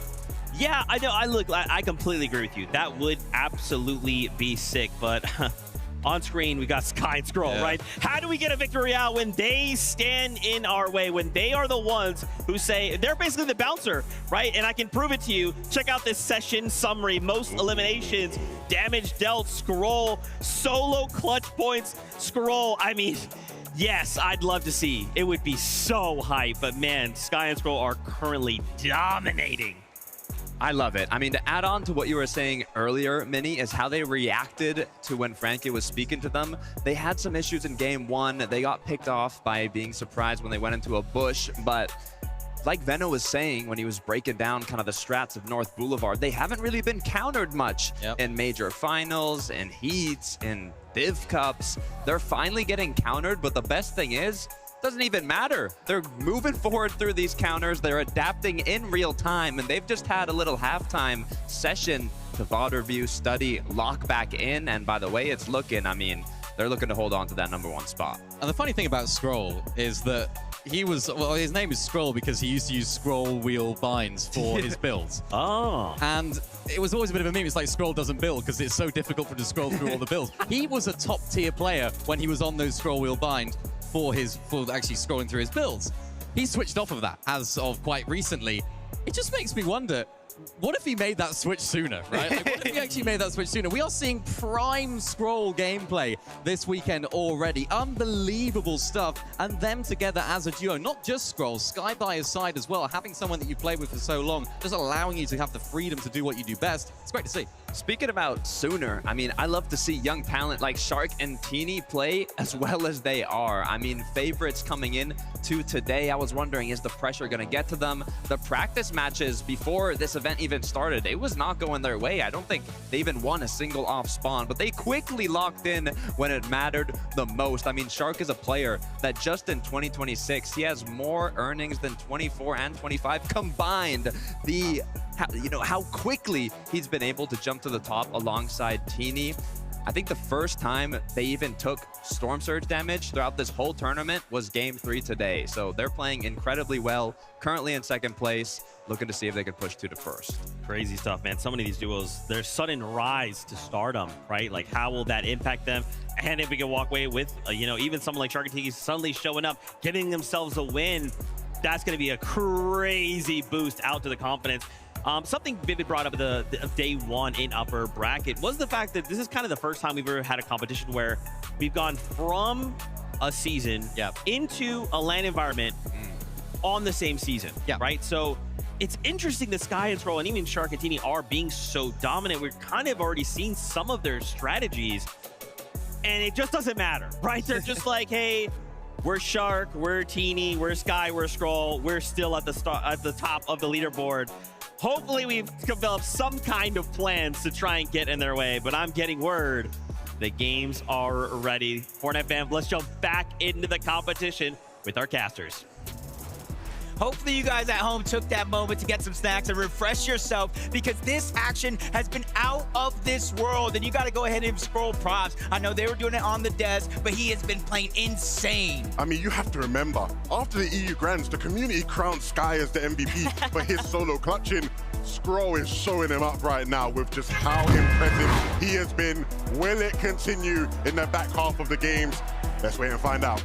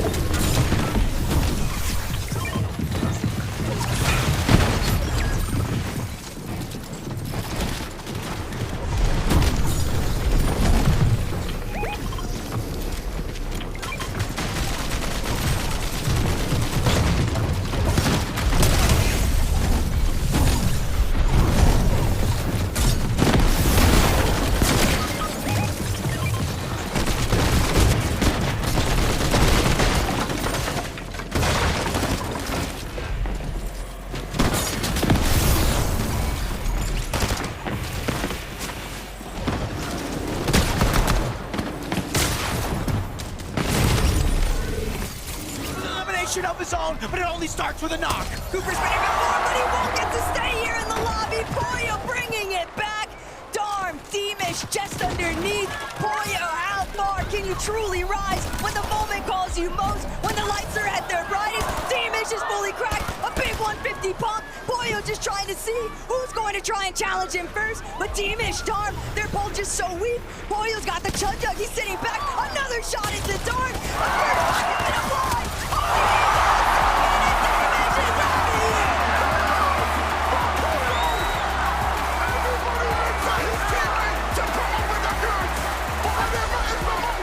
The young Mexican makes it happen! Pollo! Even Pete is saying, oh my god! How did you manage that 2v1? That was insane! No, they had no mats, so I was just able to make them there. It was a 2v1 situation. You were solo for a considerable amount of time. We saw you on the high ground, on the low ground, figuring things out. It was not that chill, was it, Pete? I mean, I'm playing with the best player in the world. I mean, I don't even know what I just watched. I mean, comeback starts now. The comeback starts now. We just watched a Pollo masterclass. Pete, it's been an up and down day so far, as you said. The comeback starts now. Are we going to see Prime Peterbot? Might have to come out soon. He might have to come out soon. I think he needs to come out now. Pollo, you're on fire. We've seen you clutching. We've seen such peak performance from you in the first few games. Do you think now that that trophy is a possibility? Yeah, I think that's the game that we needed to start the comeback, so I think we can win. Okay, Pete, you're always confident, but Pollo even now is saying that you can win. Do you think it's going to be NA on top? Hopefully. Hopefully. Peterbot, come on, I need more confidence from you. Is it NA on top? Yeah. Yeah, let's head to a break.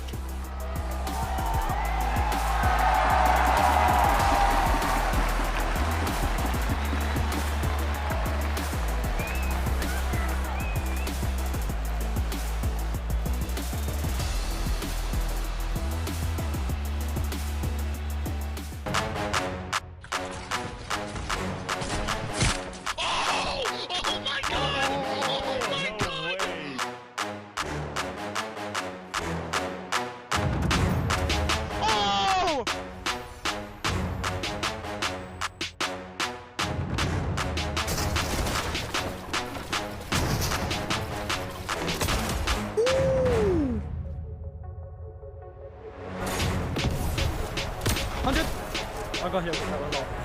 I'm popping a med bit. Wait, short. Got 6 build? No, max up. Wait, if you're mid, wait. 100! 100! Oh my god! Oh my god! Oh my god!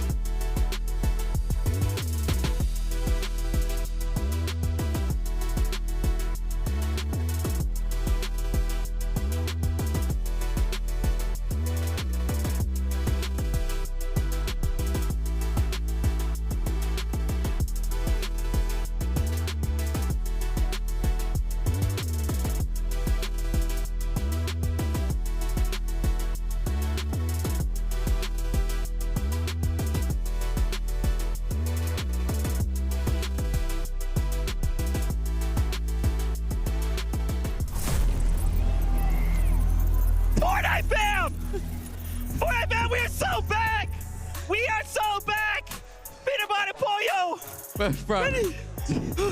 just take a chill pill, Zeke. Just relax. Wow. Peterbot and Pollo, as Pete said, they're back. They are back. Before that game, Fortnite Competitive Twitter, they retweeted a tweet from Muzz, and he said, tell you what, Scroll is moving like 2024 Peterbot. Actually, scratch that. Pollo is moving like 2024 Peterbot in this endgame. What a performance from these guys. They are back. We have not seen them really too much of this entire day so far. They took high. They had it taken off of them as well. There was a moment here where I thought they'd thrown the game when Peterbot tried to take high as a solo. It's this right here you can see in the middle of your screen. Trying to chop high, ends up chopping Reet and Cooper out, but of course, that 2v1 situation, I thought, no, they've thrown it. But oh no, no, no. Pollo as a solo, down on low ground. Unbelievable stuff. And then at the end of this game, I mean this one actually, let's watch this shot again. I want to see it. 3, 2, 1, and boom! Oh, an electric performance from Peterbot and Pollo. But Pollo has been looking lethal throughout the whole day. Not only did they win the match in a 1v2 finish, but Pollo picked up 8 eliminations alongside Peterbot's 4.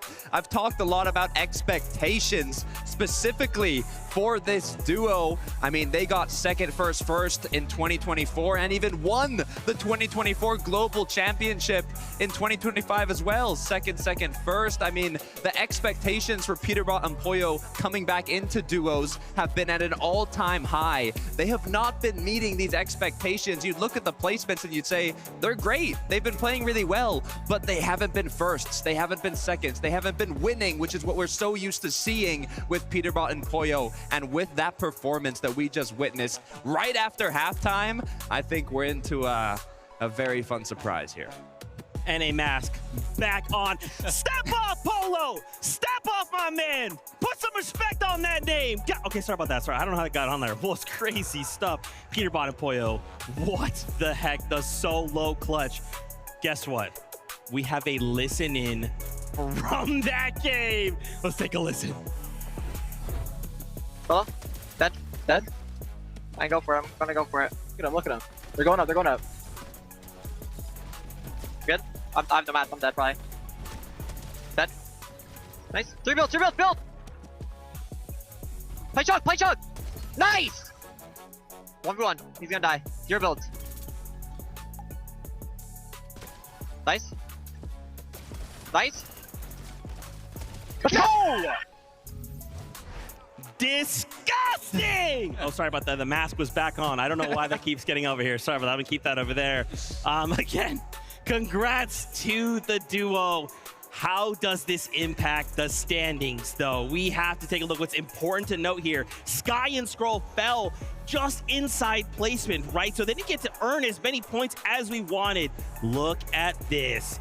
Acorn, Bolt, and even Vico and Malibuca suddenly jump up into that top 3. And we do see their 10th place Pollo and, of course, Peterbot. But, man, Acorn and Bolt, they needed this game, right? They needed a point. They saw that in the feed. Sky and Scroll are down. Go! Absolutely crucial that they had a good game here. You mentioned it's Sky and Scroll going down early in this game. Same with Shark and Teeny as well, another top team in that section of the leaderboard. They also went down, so they needed a good performance. Not the best game that we've seen from them, and not gonna, of course, shoot them up the leaderboard massively, but keeping them in that position on the leaderboard to Carter. And this is exactly what this team needs to do. They need to keep these consistent end games coming in, consistent placements, favorable zone for them as well in the end, but they're playing well, they're cooking. I'm starting to get nervous for EU here. I mean, we talked about it earlier. Shadow Virgo, they were on top in terms of the NA teams, but we look back at predictions going into these finals. Acorn Bolts, they were always on that high end of these predictions, and after a big game before halftime, now continuing forward with another solid match, they are creeping their way up to first. Oh my gosh. Guys, I wanted to keep talking, but so much happened in the last game, but I'm getting word games already. We're jumping right back into the action. Casters, take it away. You know, before this tournament started, I was asked so many times, who do you think is going to win? Who do you think is going to take it all? You know what I said? I just want a close tournament. Peterbot and Pollo looking like they're going to deliver. This is what it's really all about. Pete, Pollo, you know, they've kind of been waiting it out, feeling out the lobby, but they're sick of it. The comeback has to start now, but they're not the only ones, Love it. There are so many teams creeping their way up. I don't blame them. I don't blame them. They saw the party that's being had in this, and we want to get involved. We want to jump in. And if that's a sign of what's to come, this next game is about to be fire.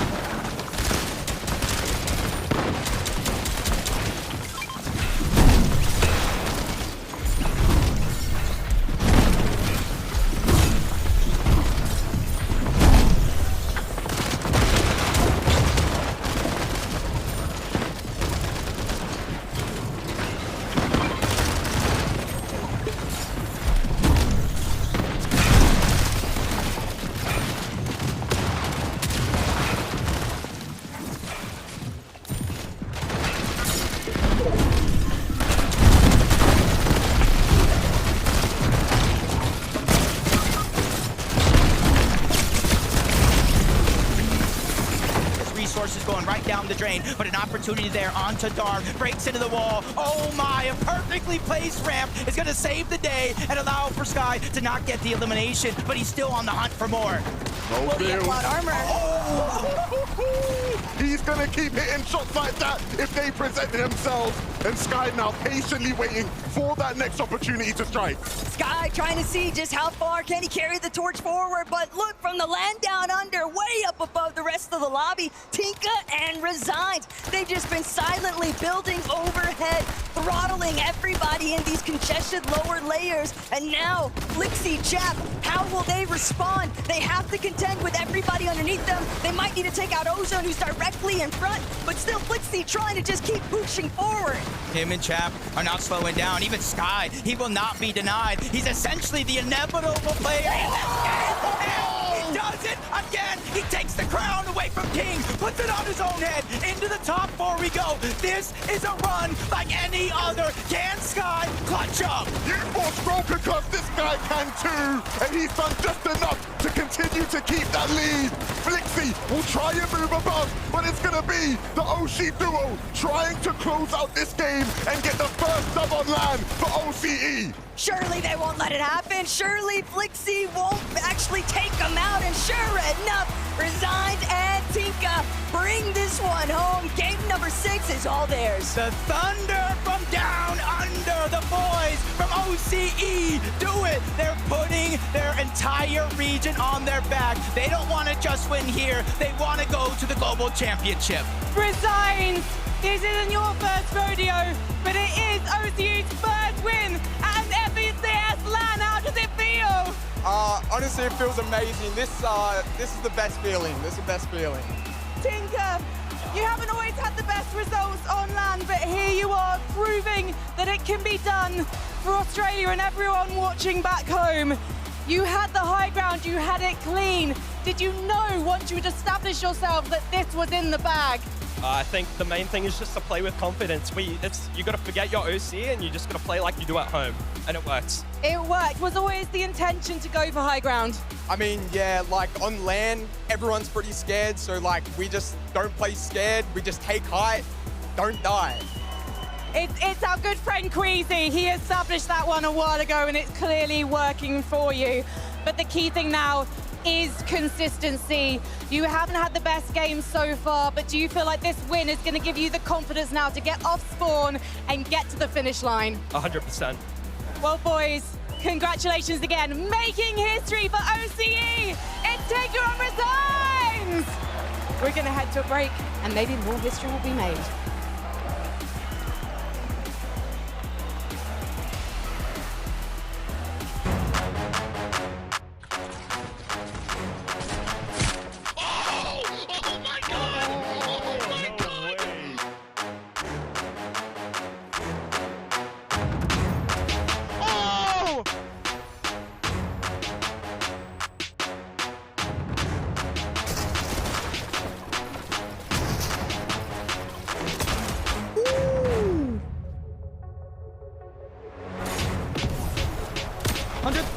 I got here.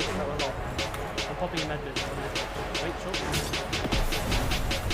Got 6 builds? No, max up. Wait, if you're mid, wait. 100! 100! Oh my god! Oh my god! Oh my god!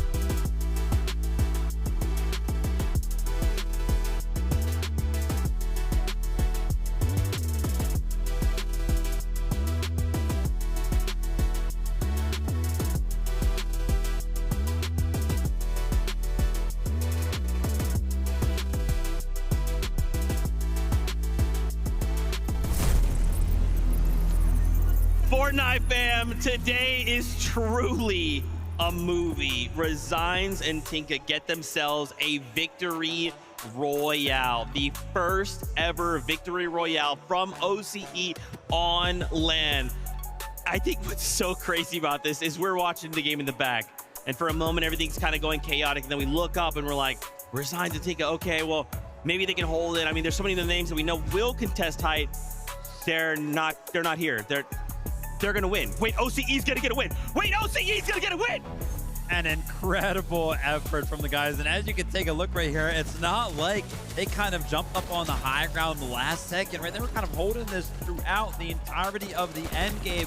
Kind of the meta within the meta here on LAN in game number 6, taking a little bit of a change, because as been watching through all of the games today, it's kind of been a mess up there on the high ground. But Resigns, they have kind of figured out a way to suppress the rest of the lobby, go ahead and continue themselves up on the high ground. They end this game as well with 9 eliminations. That's going to throw them so much further up the leaderboard. Yeah, I think going into that game, the cutoff was around 150 points-ish, and I believe they've surpassed that with that match. Now, obviously, we've got to see how the points continue to kind of change from all the other teams that also placed well, but they have a solid chance of getting top 15 now, and not only being the first OCE team to ever win a game on LAN, but also qualify themselves directly to the Global Championship. Oh man, of course, massive shout outs to them. But as we look at this top 10, Sky and Scroll are at 352 points. What I like about this game is now we finally get to see a Sky solo clutch, right? We've seen a few Scroll side, but now Sky's like, hey guys, listen, I know that guy can clutch, but I want to make sure that you know that I can clutch too. These guys give it a rest, man. Like, holy rest. We're trying to have a close race here towards the end of the competition. It's like, oh man, the duo looks like they're going to go down early. Yeah, the duo went down early. There's still one of them left, though, every single time. I think more than half, actually, I'm pretty sure more than half of their total point amount right now is 100% through solo clutch points. Like, it is incredible, the performance these guys are putting on right now. I mean, this happened back in the EU Major Finals. I talked about it earlier on that Sky is just as capable to get these solo clutches, but I remember I was telling Vivid, right, when we were watching this match, I said, okay, Sky, he's got like 17 HP. You know, he can solo clutch, but it's gonna be a little tough. He shut me right up in an instant when he just came through zone, elimination. I mean, I don't even know how many points he clutched in that match, but both players have been playing incredibly, and they deserve that #1 spot they're currently sitting at. Dude, they can see it, right? They can see the light at the tunnel. They can see that trophy. They can see themselves wearing the little crown on the top of that trophy. They better wear when they stand up here. But now it's about holding on, right? Where like I'm gonna continue to say, the job's not done. We still have 2 more games to go. Look right behind though, Vico, Malibuca. We are seeing them come alive. This is the Vico we have seen in the past. It has won all kinds of stuff.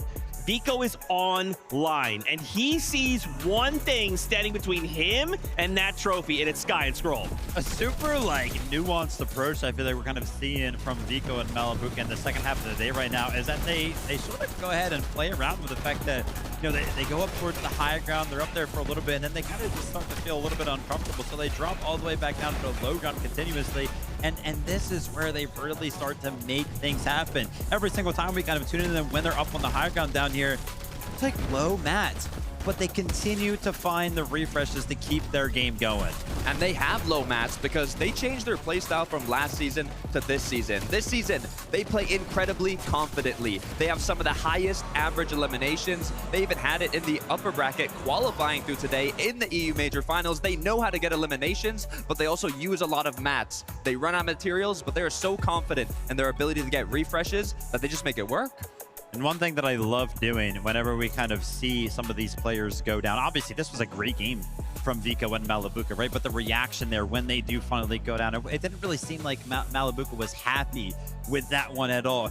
And to me, that feels like he knows that the chase is on between him and first place, and every single point matters. So anytime he goes down, it sort of feels like a failure because he's not catching up. Look, there's a reason Vico Malibuca were the only duo to have not taken storm damage in this whole tournament. I'm impressed. Dude, me too. I'm also impressed by Acorn and Bolts. Obviously, we swapped places with Vico and Malibuca, but right now, This is NA's last hope, right, to walk away with a title for NA. But with 2 games left to go, I think now more than ever, we need to pick up that pace. We need to make something happen if we're targeting that #1 spot. Yeah, after we kind of take a look at the leaderboard when this event finishes, if we do not see a team like Acorn and Bolts up in first place, I think we have to look towards game number 6 right there, because they were so close, right? They were sitting up there top 3. It seemed like all of the points were just, you know, they were in distance, striking distance. But they go down early in game number 6. They don't get a lot of points right there, right? It kind of feels like they falter just a little bit. They had the momentum. It gets slowed down. They've got 2 games left to kind of catch up. Can they do it? You said it yourself, a couple matches left. This is where you start feeling the pressure. This isn't a 2-day competition. This is the last chance that these players have to crown themselves FNCS Major 1 Summit champions. The top 3 are all titans, legends in Fortnite competitive. I don't know. It's gonna be close. Dude, I don't know. I'm starting to think about that top 15. Let's scroll on over. Let's see. Oh, dude, Chap and Flixie jumped up 12 placement spots after that last game. I'm telling you, I'm gonna keep saying it. 1 game. 1 game can turn every single thing around. If the competition was over, right? Technically, it should be. That was game number 6, but we have 2 more here. 1 game can put a duo into that top 15. Look, there's a reason Flixie was the best performing player in 2025 trios as a German, representing in his home turf right now. Everything is on the line. He's had a tough drop spot. He's had tough early games, but they've been making it work. They've been making it happen. And now with that bump in the leaderboard, Vivid, I'm excited to see how they close it out.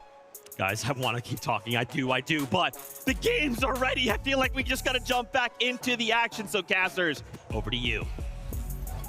You know, with 2 games left, it almost feels like we have 2 tournaments in one. A battle for first place, the best in the world, and our top 15 are global championship spots. It is gonna be a tight finish. That is one thing I can guarantee you. All over the leaderboard, we're seeing so many big names that we've expected things from fighting and converging all into this game number 7.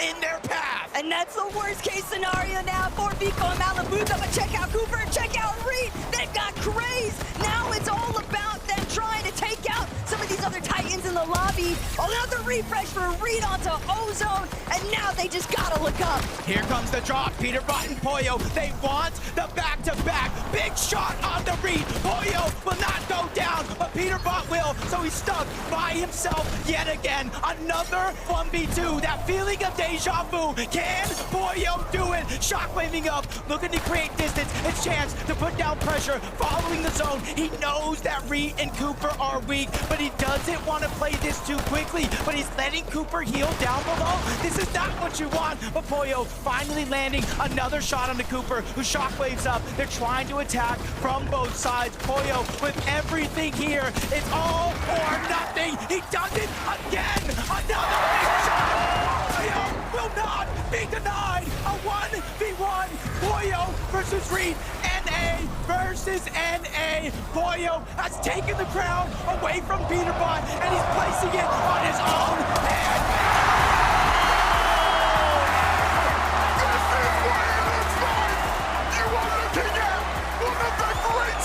To ever play this game!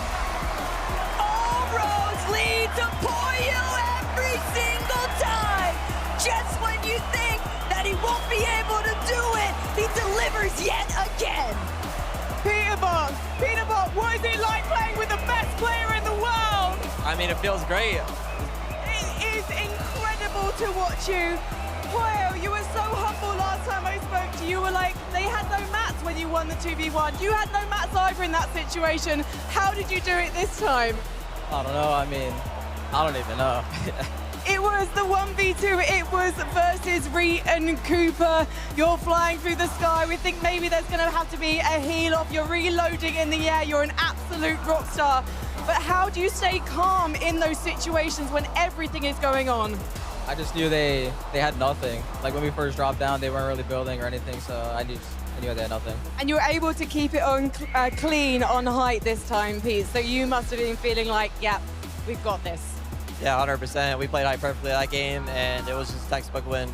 It was a textbook win. You were 9th going into this one, but now you can have your sights truly on the trophy. Qualification surely for Globals is yours. You just need top 15 for that. But what are we going to see from you two in Game 8? I can't say. You'll see. Look at that camera and tell me, are you switched on?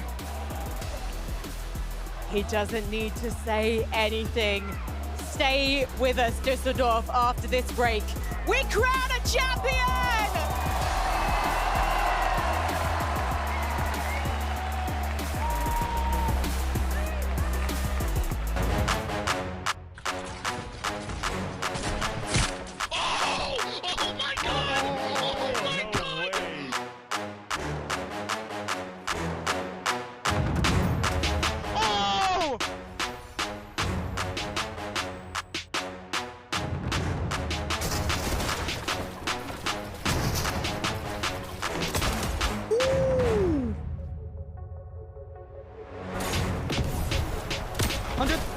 I got hit.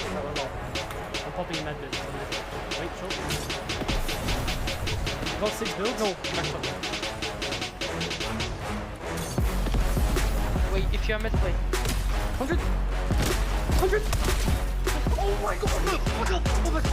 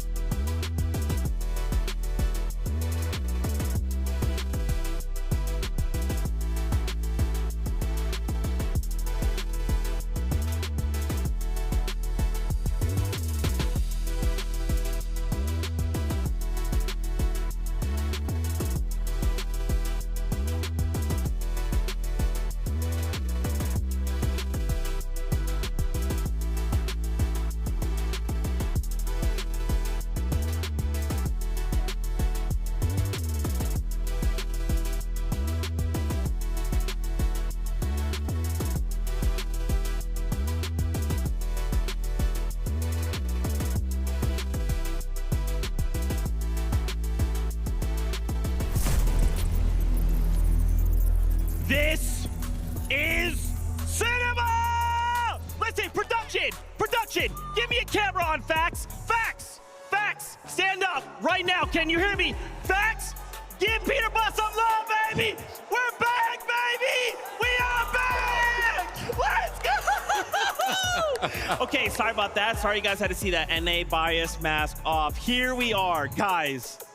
Why does it always happen like this, Vivid? Why does it always happen like this? It's like, Peter Butt, like, he's one of the best players in the world. Oh, he's not doing that hot. Then he comes back, and it's like, when it matters, oh, just kidding. He's just showing up.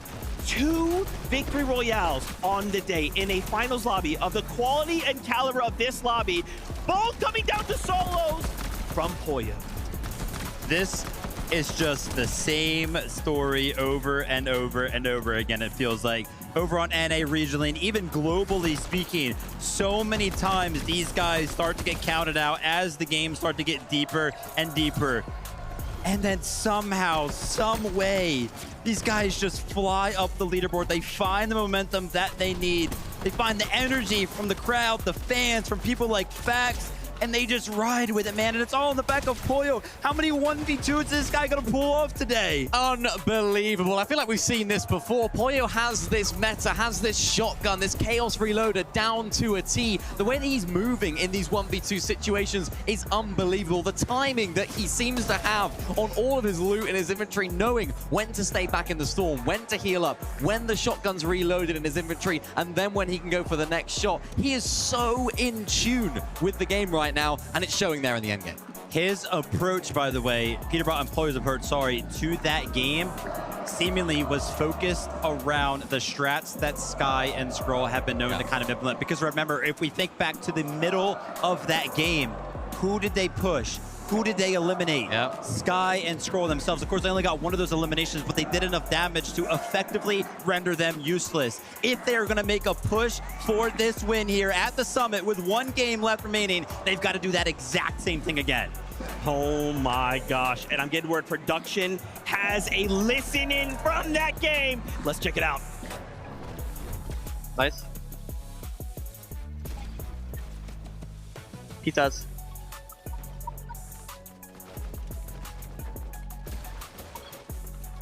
Shock him out, maybe. Nice. Good build. Shock up.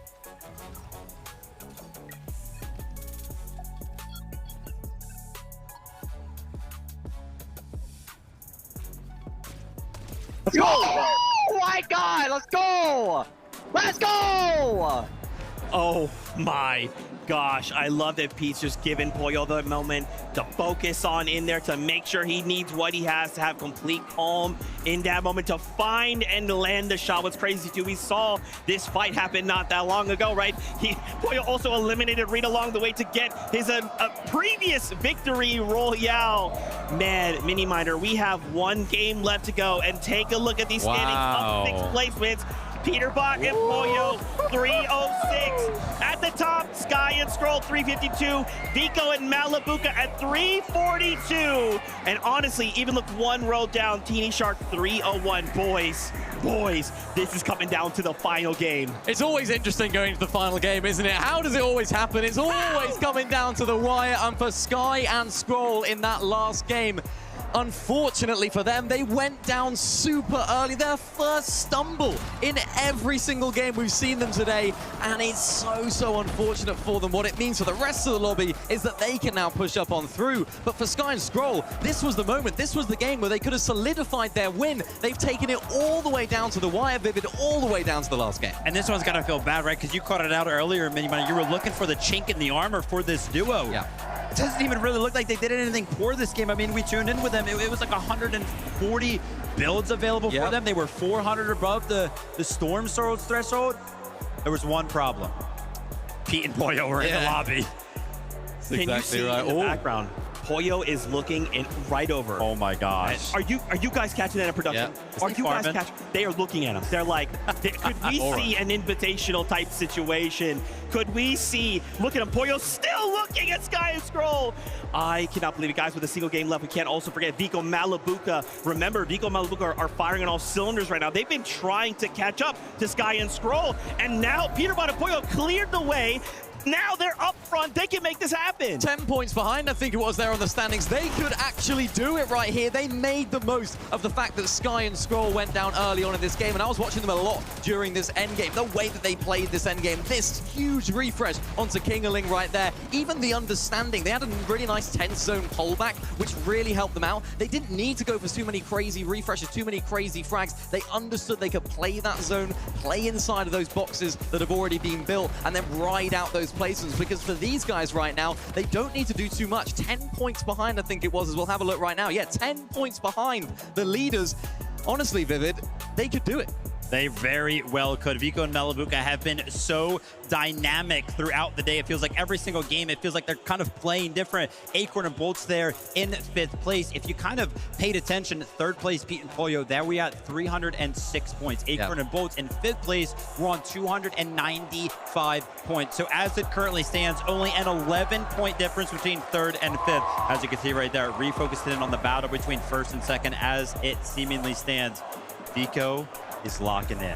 And this is bigger than just this tournament. This is bigger than just this game. This is legacies on the line. Are the new kids on the block, Sky and Scroll, are they the real deal? Is it going to be the older guard? Vico, Malibuca, players that have been here, that have done it in Peterbot and Pollo. This is where we find the answer to that question. Who will cement their legacy, or who will rekindle theirs that so many thought was lost?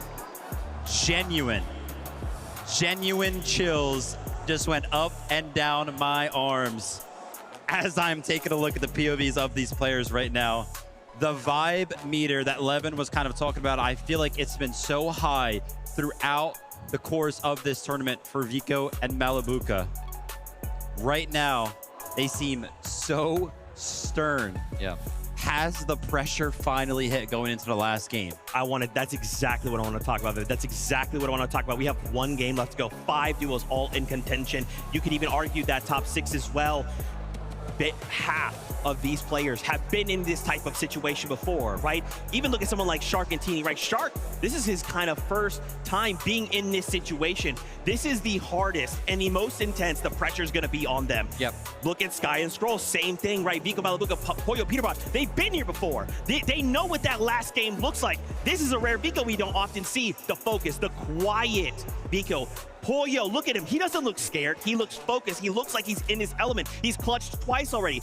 The pressure. This is it. All eyes are on this stage. All eyes on these 5 duos. That's the question, isn't it, Vivid? It's the pressure. The pressure is what makes the difference every time. Every single one of these players that we've kind of interviewed throughout the weekend, they all try to seem like they're cool, calm, and collected. They try to make it sound like nothing really bothers them. But does anybody ever really believe those answers? I would have a very hard time myself believing it, especially when you take a look at some of the facial expressions that we are getting going into a game that feels like it's weighted so heavy. This is the time, though, to turn those doubters into believers. Absolutely. In the future, when we talk about the team that ends up going in to win this, we can say they have done it. They have been there. In some cases, in Vico Malibuca's case, they came so close. In Peter Bots and Pollo's case, they've done it already. Let's see if we can do it again. How are things going to go down for Sky and Scroll as well? Newer players coming on through here. Can't wait. Guys, Fortnite fam, this is it. The last game out of the FNCS Summit. We are looking to crown champions. The top 15 will move on to the Global Championships. 1 last game settles it all. Casters, over to you.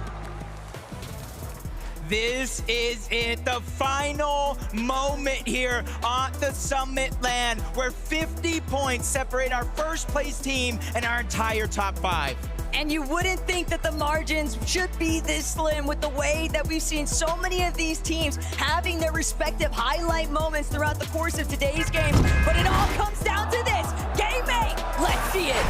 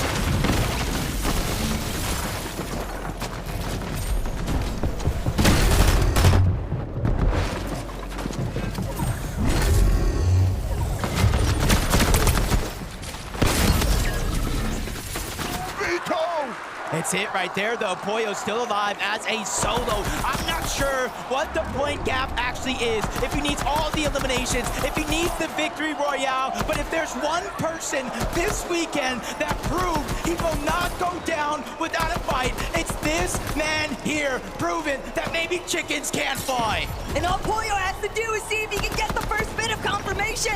Epic and Pop underneath. Pollo, can he do it a third time? But it's a matchup. Epic Whale and Pop hold it through. Pollo doesn't get the win. They have done it. Vico and Malibuca. They stayed alive in that last game. They got eliminations. They immediately destroyed the rest of the lobby. This is their moment. This is their chance. Vico and Malibuca, you are the champions.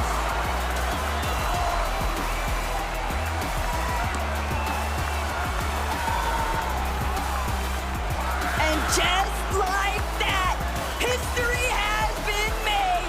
Vico and Malibuca are going to bring home the title of Summit LAN champions, securing their spot at the Global Championship 2. But that trophy, it belongs exclusively to Vico and Malibuca.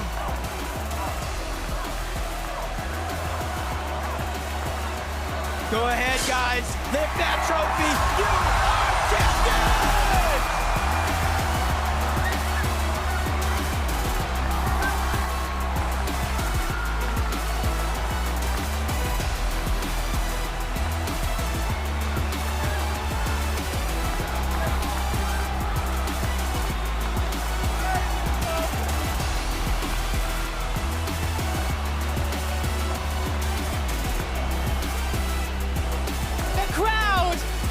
Chanting your name, Vico.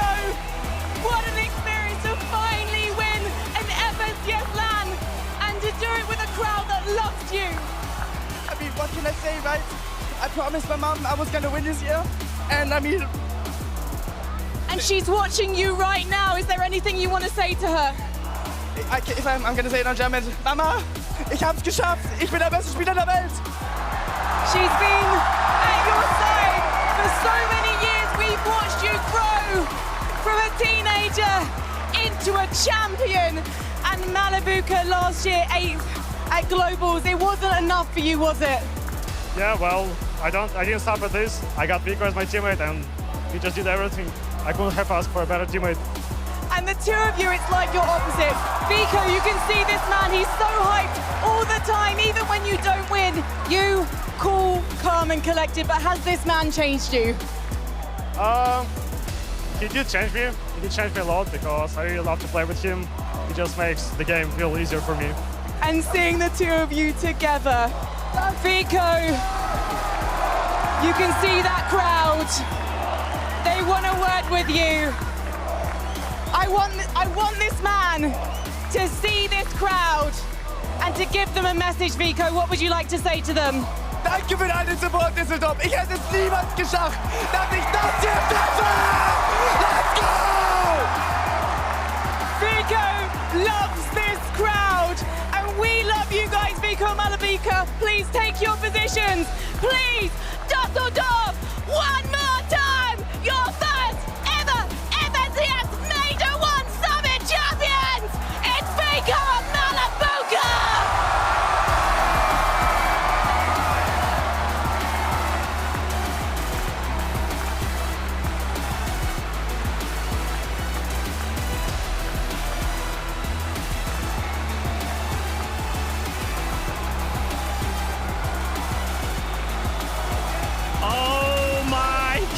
Fortnite fans, they have done it.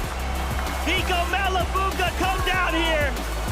Come down, bring that trophy. Don't forget it, come on. I cannot believe it. Vico and Malibuca, your champions. You can hear him celebrating. This way, this way. He's celebrating with a bar.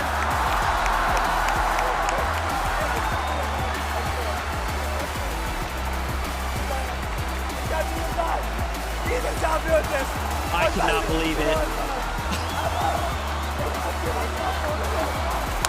The way Amar feels right now is the way we do as well. Crowd, make some more noise! Let them hear you!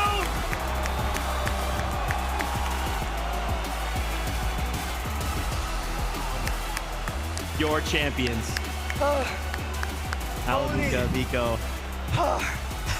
Sorry, this trophy's really heavy. It's so heavy. I know. Did you want to take the crown off it? You know, I was just trying turn to. it. You just turn it. I just turn it. The little top here, the little bit right here. There you go. Now pull it off. I'm so bad at this. It's okay. You're probably shaking. Everything's so okay. He's shaking.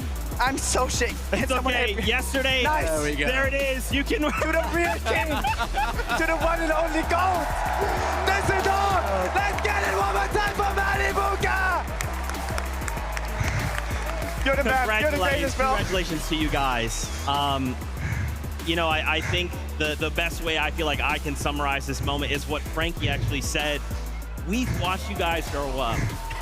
To see you guys be in this position, to show up in Germany, to fight through everything that you guys have fought through, to target, hey, there's this new thing, this summit, we're fighting with everything we had. Was there ever a moment in your mind you thought like, we can't do this? Or was it the whole time you just kept pushing those thoughts out and you thought, we just have to win? I can't lie. After game 4, I was like, damn, can we really win this? Yeah. But then my man, my only true GOAT, I think the greatest player I've ever played duos with and in my entire career, you know, he got my mind back to it and said, it doesn't matter, there's still 4 games left. You know, Mali said one thing going into game 5. He said, it doesn't matter how the start goes, it's about how you end it. And we ended with a bang! Malibuca, obviously, he's giving you such high praise. To hear your dual mate say that, to hear the way this crowd went crazy, to see Amar run up and give you guys a massive hug, how does that feel? It feels freaking amazing. I mean, I'm just playing with the best fragger in the world. Like, I couldn't have asked for a better teammate, as I said before. You're a glazer, no? Guys, I'm not a glazer. You gotta stop crying. I'm on the verge of breaking. Dude, I'm trying sorry, to. bro. I'm it's just okay. a very emotional man. Hey, no, that's fantastic. You know, we had this moment in the lobby yesterday. What's so funny to me, in the moment that you won, I recalled the conversation. You had said, man, I have looked for a teammate, and Malibuca is someone who essentially can match my freak, who can just be with me in those moments and lift me up. How does it feel now to know you made the right choice at Malibuca?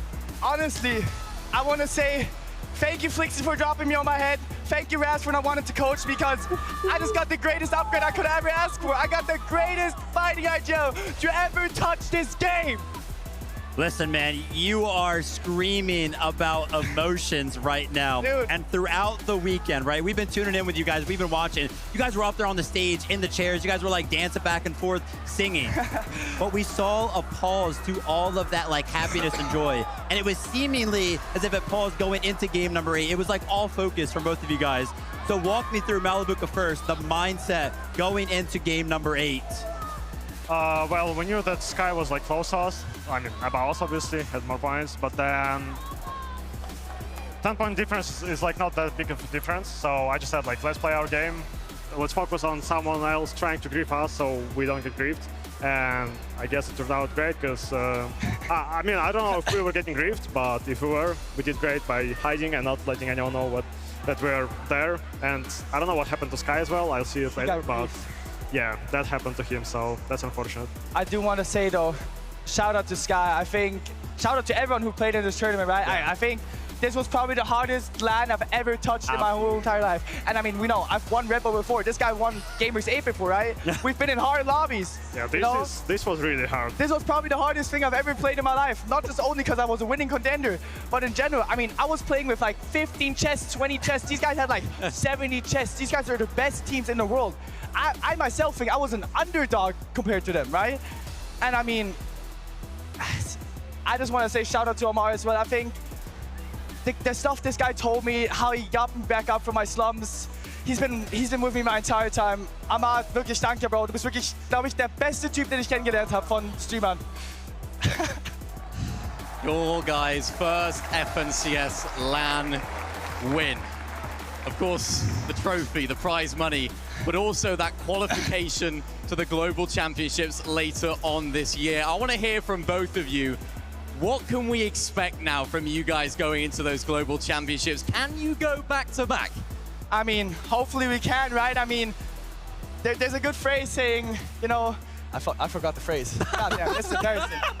You got, I think, man, the first time was so nice I had to do it twice, you know? I hope I can do it again because, man, I've always wanted to have an FNCS trophy in my room, you know? And I think everyone in this whole stadium is dreaming of having this. Yeah. And I just don't want to disappoint my fans because I know I have the potential to win again. And I mean, I think it's fair to say, I think we're the best team in the world. You proved it. Malibuca, what can we expect for your Global? We'll see, because it's like a long time before it, but we're not gonna stop just at winning this LAN, obviously. We're gonna focus on the majors first, like on the online LANs, and then we'll see what happens to Globals. Guys, congratulations once again. Thank you so much. Obviously, you know, you had a moment there of just pure in the moment, but we'd love to kind of give you a second here to just address the fans. If there's anyone you want to thank, anything you want to say, we'd love to kind of give you that moment. You want to go first, Vico? You want Malibuca to go? You know what? This guy can go first because I have a lot to say on that. Go ahead. I want to shout out my brother, first of all, because he's like the guy why I started playing competitive Fortnite in the first place. I'm not sure if he's still on the arena. He definitely is, bro. Yeah, he's waving his hand there. And yeah, I just want to give him a huge shout out for helping me out throughout the years. Obviously to the family and just to the friends for helping me. Well, I mean, where do I start, right? I could start with Amar, but I think I'm going to start with my mom. I mean, the only reason I'm ever here is because of my mom, you know. She's got me through the hardest times of my life, you know. She grew up with me as a solo parent, you know. And I mean, Mama, wirklich danke. Ich glaube, ohne dich wäre ich niemals hier. And I mean, my friends, my family, pretty much everyone who's been with me on this way, even all my teammates, you know, Pink, Razaru, my current coach, Thomas 5X, you know, everyone who's been with me on this jersey, you know, who's helped me grow as a character, but especially always Poppy, because that guy, I wouldn't be here without him, you know, I wouldn't be the guy I was without him. But yeah, I mean, I think that's it, you know, also shout out to all the casters, but especially shout out to my org, Big, because I don't think without them I would have this gear, I wouldn't have this nice of a teammate, you know, they made it all possible. Danke für alles, Leute. Thank you guys so much. There was also one big person who had a big smile on his face. Levin 2K right there. The moment he saw it, locked in. Shout outs to him. Well, Vico, Malibuca, you guys pick this trophy up. Go get out of here. Go celebrate. Don't forget the crown. Make sure it doesn't come off. Don't worry. I won't be forgetting this. Right? Congratulations, guys. Thank you. You can leave the headsets down. Get out of here. Go celebrate, all right? Once again, your Summit champions, Vico and Malibuca!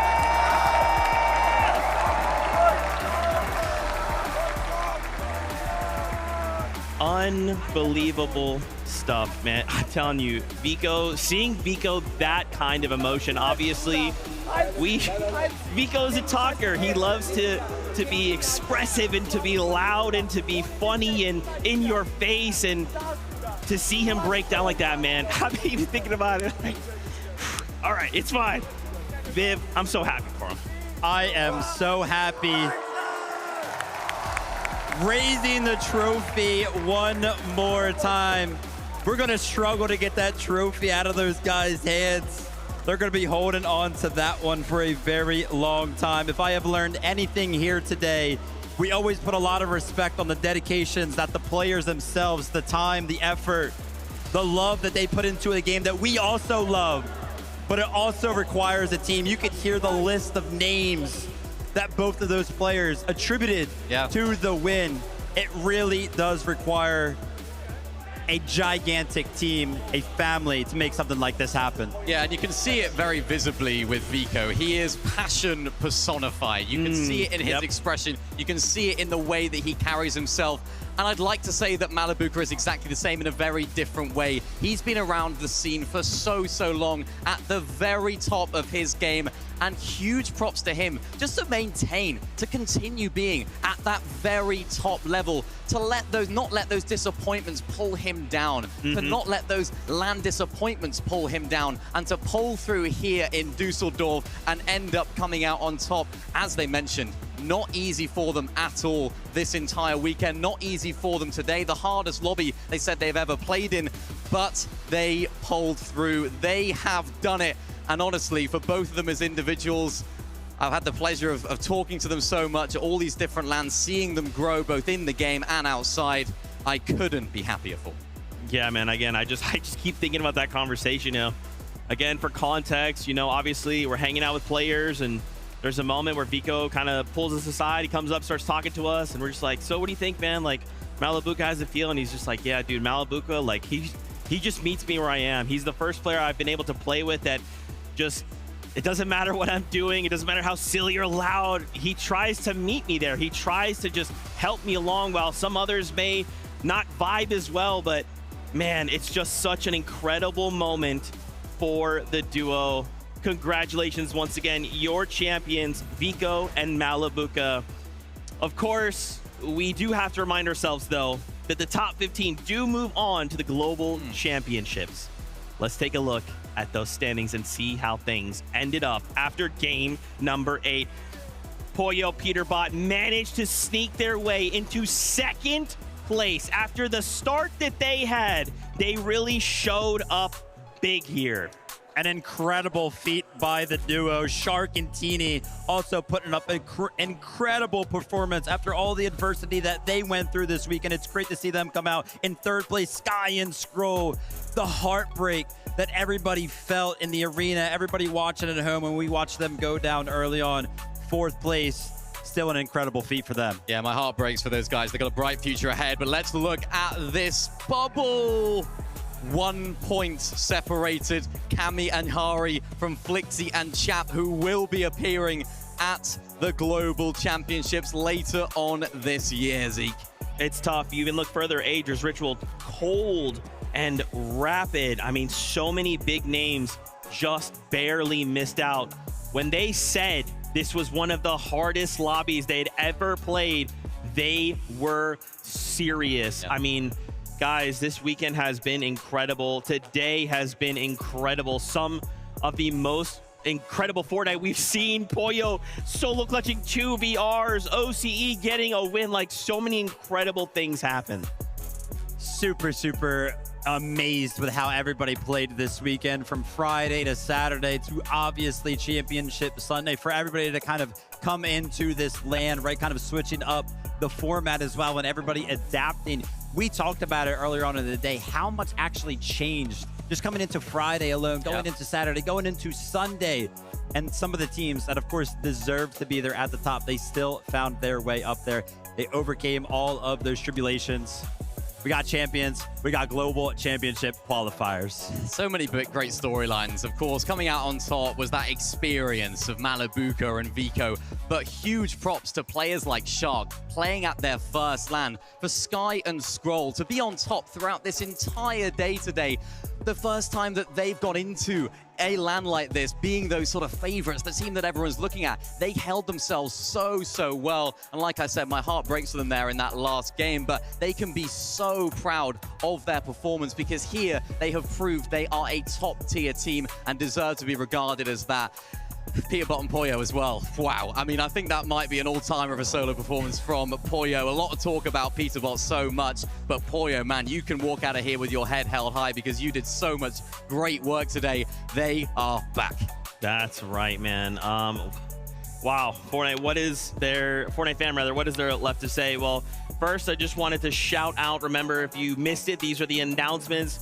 We released a blog on social media, so if you want some more information, go check that out. We had